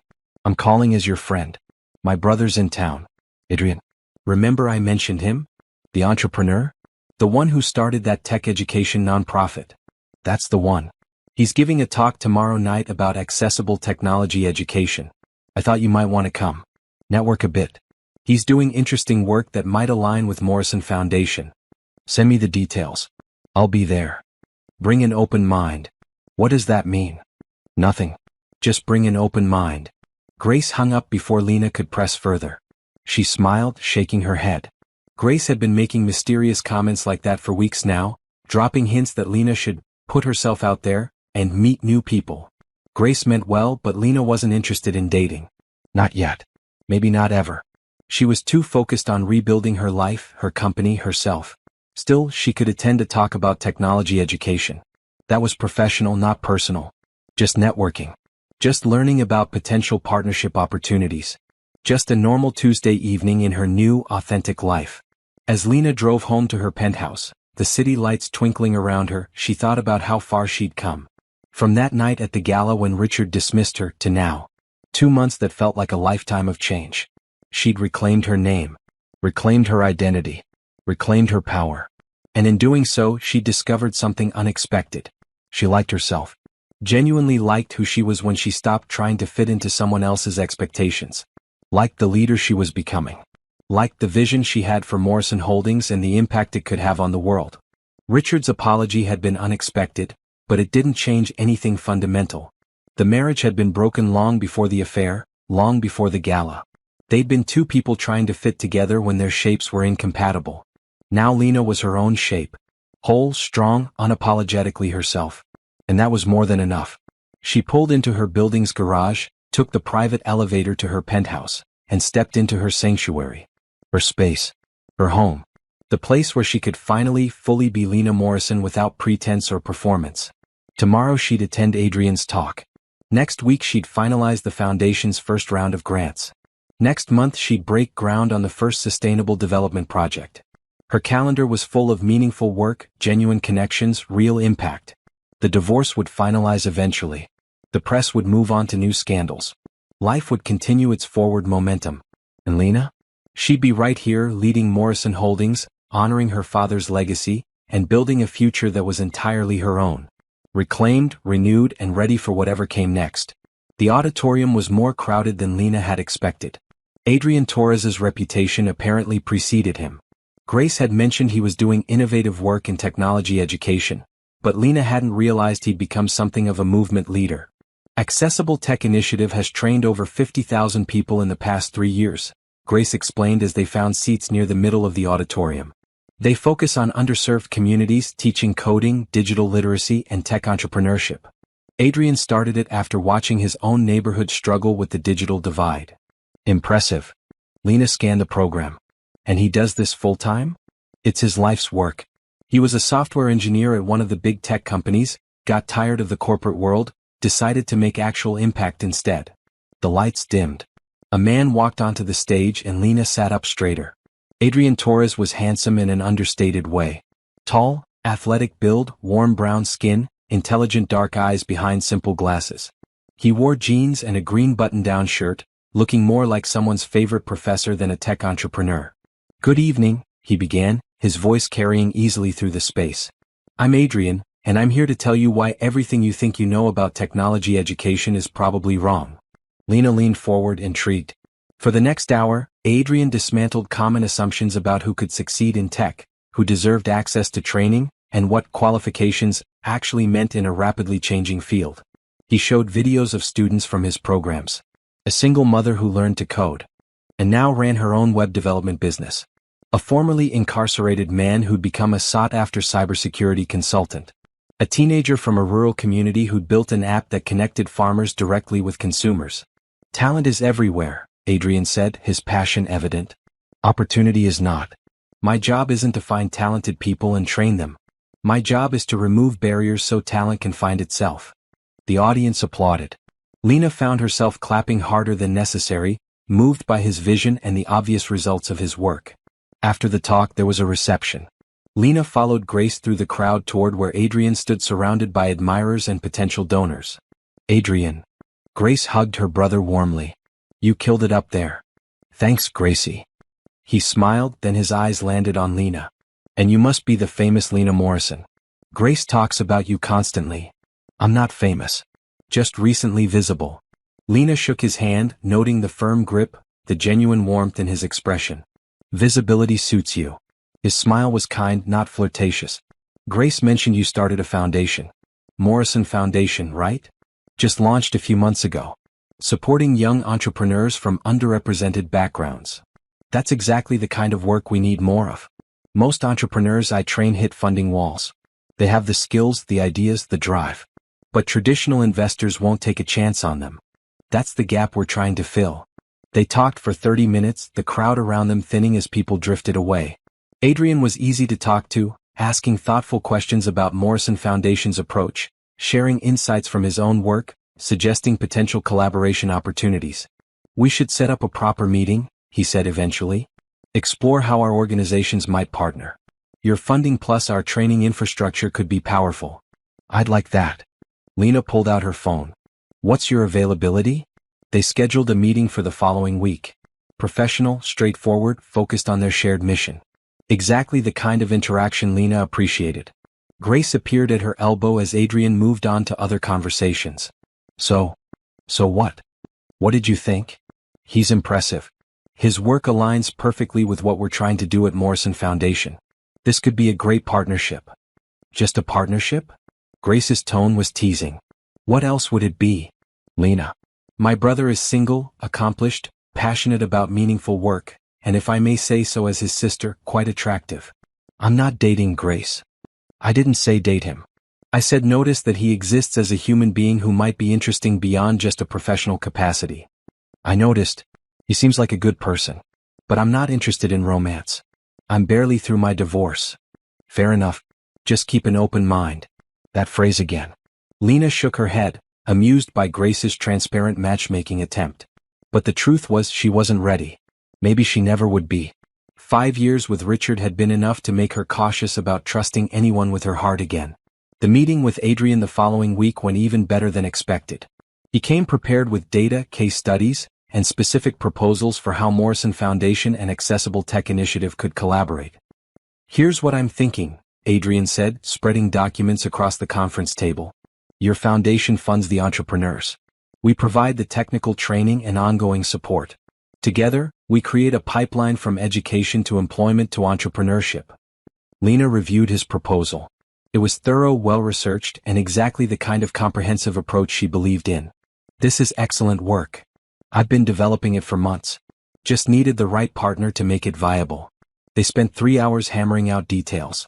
Adrian was sharp, collaborative, willing to adjust his vision to align with Morrison Foundation's goals. By the end of the meeting, they'd outlined a pilot program that would launch in 3 months. To new partnerships. Adrian raised his coffee mug in a toast. To removing barriers. Lena clinked her mug against his. Over the following weeks, Lena and Adrian worked closely together. Conference calls, planning sessions, site visits to communities where the program would launch.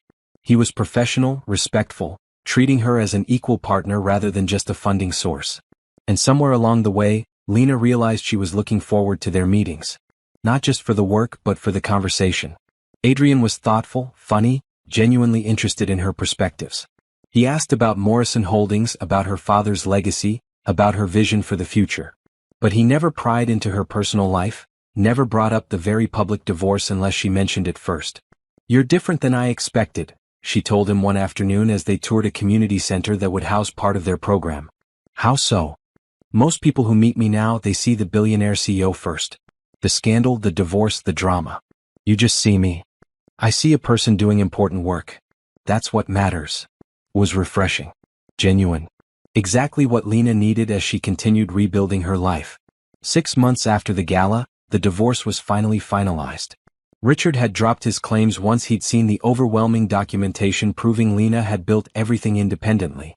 The settlement was clean, simple.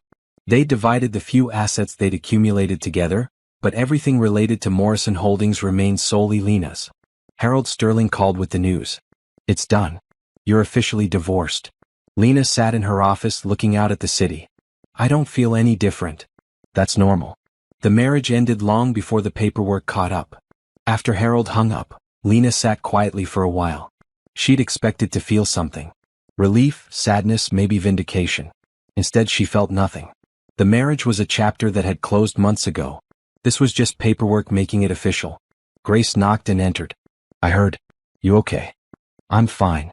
Actually fine, not pretending fine." "Want to do something to celebrate? Or commiserate? Whatever feels appropriate." "I want to work. I want to keep building the life I'm creating. That feels like the right way to mark this moment." "That's very you." Grace smiled. "Though for the record, you're also allowed to take a day off and just feel whatever you feel." "I'll feel it while I work. That's my version of processing." Morrison Holdings was approaching its most successful year yet. The foundation had funded its first round of entrepreneurs, with remarkable early results. The Sustainable Development Project had broken ground in 3 cities. The partnership with Adrian's organization was exceeding every benchmark they'd set. And Lena? She was genuinely happy. Not the performed happiness she tried to maintain during her marriage. Real, deep contentment with her life and her choices. At a foundation event 2 weeks after the divorce finalized, Adrian pulled her aside. "I have something to tell you and I want to be upfront about it." Lena's stomach tightened. "Okay. I think you're incredible. As a leader, as a person, as a partner in this work we're doing together. And I'd like to get to know you better. Outside of work. If you're interested." It was the most straightforward, honest statement of interest Lena had ever received. No games, no manipulation, no hidden agendas. Just clarity. "I'm not sure I'm ready for that," she said carefully. "My divorce just finalized. I'm still figuring out who I am outside of my marriage." "I understand. And I'm not trying to pressure you. I just wanted you to know how I feel so you could consider it if and when you're ready. No rush. No expectations. Thank you. For being honest. For being patient. Take all the time you need. I'm not going anywhere." They continued working together. Adrian didn't change his behavior, didn't press for more than Lena was willing to give. He simply existed as a steady, supportive presence in her life. Someone who valued her for who she actually was. And slowly, tentatively, Lena started to imagine possibilities. Not rushing into anything, not trying to replace what she'd had with Richard. Just opening herself to the idea that maybe, eventually, there could be room in her life for more than just work. But that was for later. For now, she was focused on the empire she was building. The legacy she was creating. The life she was living authentically for the first time in years. She was Lena Morrison. CEO, philanthropist, leader. Divorced, independent, powerful. And for the first time she could remember, genuinely excited about what came next. 1 year after the gala that changed everything, Lena stood in the same ballroom. The grand ballroom at Morrison Tower, transformed once again for the annual Morrison Holdings Gala. But this time, everything was different. She wore a floor-length emerald green gown that made her feel like royalty. Not hiding in red at the back of the room, but standing at the front in a color that announced her presence. Her natural hair fell in elegant waves around her shoulders. Diamond earrings her father had given her for her 25th birthday caught the light. Grace stood beside her, reviewing last-minute details. "Everything's ready. The program starts in 15 minutes. Thank you. For everything you've done this year. Are you getting emotional on me?" Grace's eyes sparkled with affection. "Because I will absolutely cry and ruin my makeup.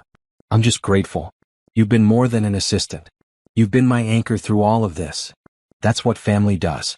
And we are family, Lena. You, me, Adrian. We're building something real together. Adrian. Lena's lips curved into a smile at his name. 3 months ago, after careful consideration and many long conversations, she'd agreed to go on a date with him. Just dinner, nothing elaborate. They talked for 4 hours at a quiet restaurant about everything and nothing. Their childhoods, their dreams, their fears, their hopes. He'd walked her to her car at the end of the night and asked if he could see her again. Yes, she'd said. Simple, clear, honest. Their relationship was developing slowly. No rushing, no pressure, no trying to force something that might not be ready.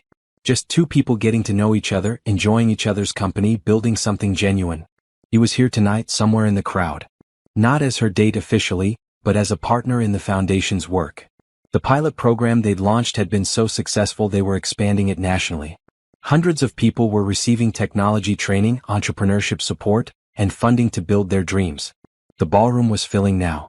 Board members from Morrison Holdings. Business partners. Philanthropists interested in supporting the foundation. Reporters covering the company's continued success. And notably absent, any member of the Bennett family. Patricia had tried to get an invitation through various connections. Lena had politely but firmly declined. This was her event, her company, her life. The Bennetts no longer had any place in it. Jeffrey Santos approached the microphone. Good evening, everyone. Welcome to the second annual Morrison Holdings Gala. The lights dimmed. Lena took a deep breath, preparing for her entrance. But this time she wasn't walking from the back to reclaim her space. She was starting at the front, where she belonged. Last year, Jeffrey continued, we had quite the dramatic evening. Tonight, I'm happy to report, will be substantially less shocking. Though hopefully just as meaningful. Polite laughter rippled through the crowd. Everyone remembered last year. The revelation, the scandal, the divorce. But all of that felt distant now, like something that had happened to a different person. This year we celebrate not revelation but results. Under CEO Lena Morrison's leadership, Morrison Holdings has achieved record growth. But more importantly, we've redefined what corporate success means. The screens behind the stage came to life. Images of the sustainable development projects. Low-income families moving into beautiful, affordable homes. Community gardens flourishing. Solar panels powering entire neighborhoods. We've created not just housing but communities. Not just buildings but hope. More images. The foundation's entrepreneurs. People who'd gone from unemployment to running successful businesses. Single parents supporting their families. Formerly incarcerated individuals building new futures. Young people from underserved communities becoming industry leaders. We've invested not just money but belief. Not just funding but partnership. Lena felt tears prick her eyes. This was her father's dream, realized and expanded. This was proof that business could be more than profit. That success could be measured in lives changed, communities transformed, dreams fulfilled. Please welcome Morrison Holdings CEO, Lena Morrison. Lena walked onto the stage to thunderous applause. The entire room stood, hundreds of people acknowledging her leadership, her vision, her impact.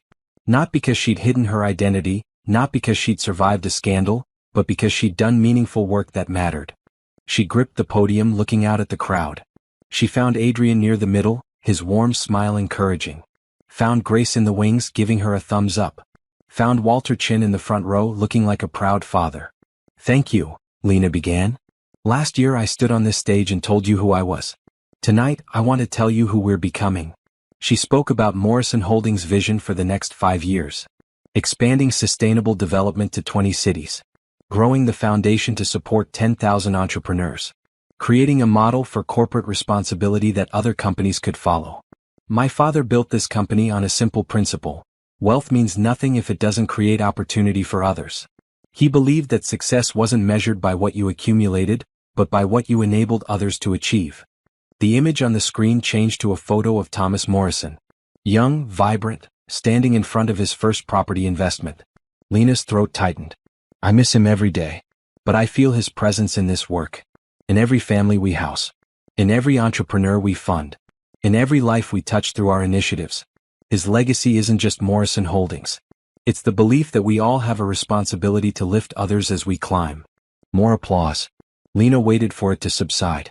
This year has taught me many things. I've learned that hiding who you are doesn't protect you. It diminishes you. I've learned that truth, even painful truth, is always better than comfortable lies. And I've learned that the strongest foundation for any endeavor is authenticity. She paused, choosing her next words carefully. I spent 5 years pretending to be someone smaller than I was, trying to fit into a life that never actually fit me.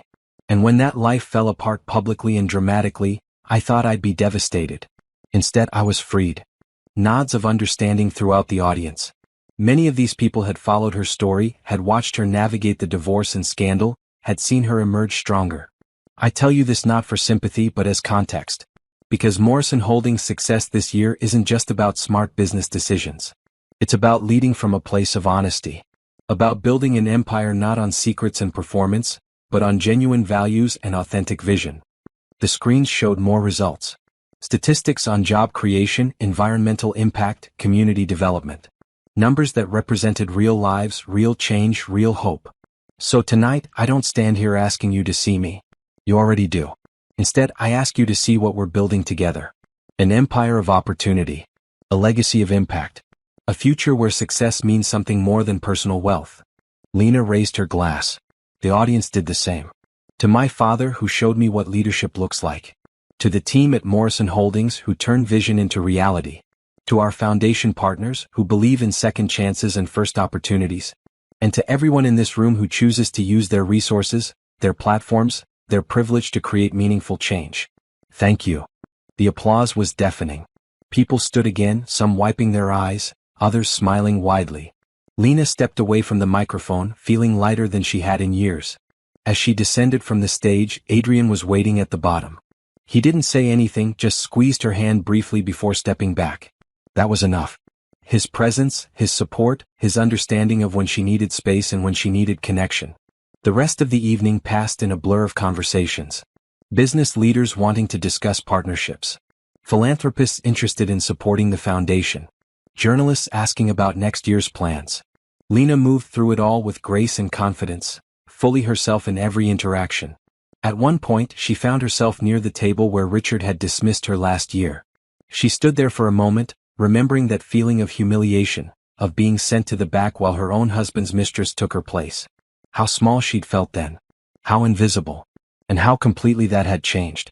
Quite the transformation, Walter Chin said, appearing at her elbow. From that moment to this one. I was always this person, Lena replied. I just stopped hiding it. Your father would be so proud. Not just of what you've built, but of how you've built it. With integrity. With purpose. With heart. I learned from the best. And now you're teaching others. That's the true measure of success. The gala continued late into the evening. When it finally ended, when the last guests had left and the staff was cleaning up, Lena stood once more in the empty ballroom. Grace and Adrian joined her, the three of them looking around at the space that had witnessed so much change. You did it, Grace said quietly. You took something painful and transformed it into something beautiful. We did it, Lena corrected. This isn't my success. It's ours. Everyone who believed in this vision. Everyone who chose to build rather than tear down. Still, Adrian added, you're the one who had the courage to be honest. To stand up here a year ago and reclaim your identity. That took real strength. Lena thought about that. About standing at the back of this room in her red dress, watching her husband wave her away. About the moment she decided enough was enough. About walking to this stage and telling everyone who she really was. It had felt necessary then. Unavoidable. Like she'd been building toward that moment for 5 years without realizing it. Now, a year later, she understood it differently. That moment hadn't been about Richard or the divorce or even Morrison Holdings. It had been about her. About Lena Morrison finally choosing herself after years of choosing everyone else. I think I'm ready to go home, she said. They walked to the parking garage together. Adrian had driven separately, but he walked them to Grace's car anyway. Thank you for being here tonight, Lena told him. Where else would I be? He smiled. This is important work. You're important. To me. It was a simple statement, but it meant everything. After 5 years with someone who'd made her feel invisible, Adrian saw her. Really saw her. Valued her. Chose her. Coffee tomorrow? She asked.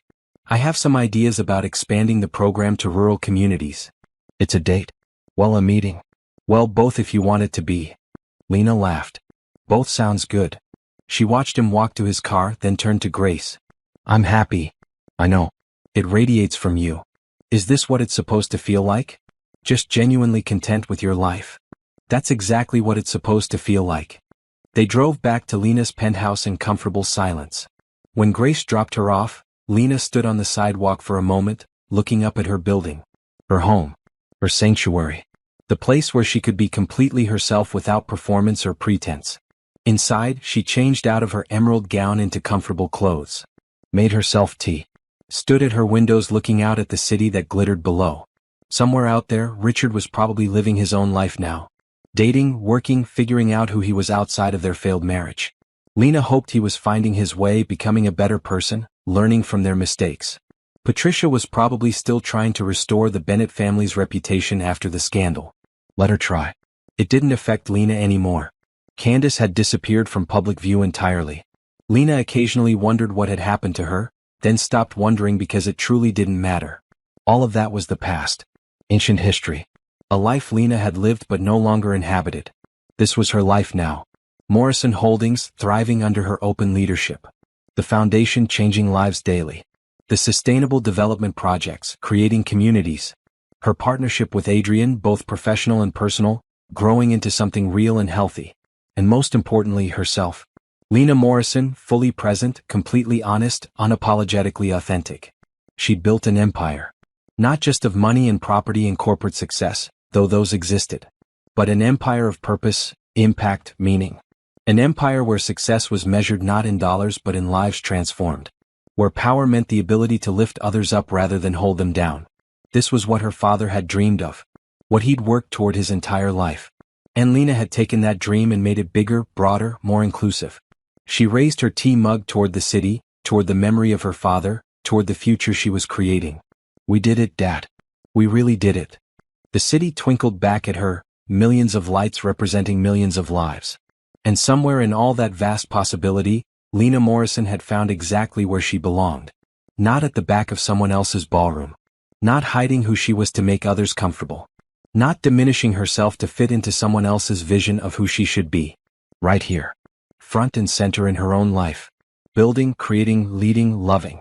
Visible, powerful, authentic, free. This was her empire. Built on truth, sustained by purpose, crowned with genuine happiness. And it was more than enough. It was everything.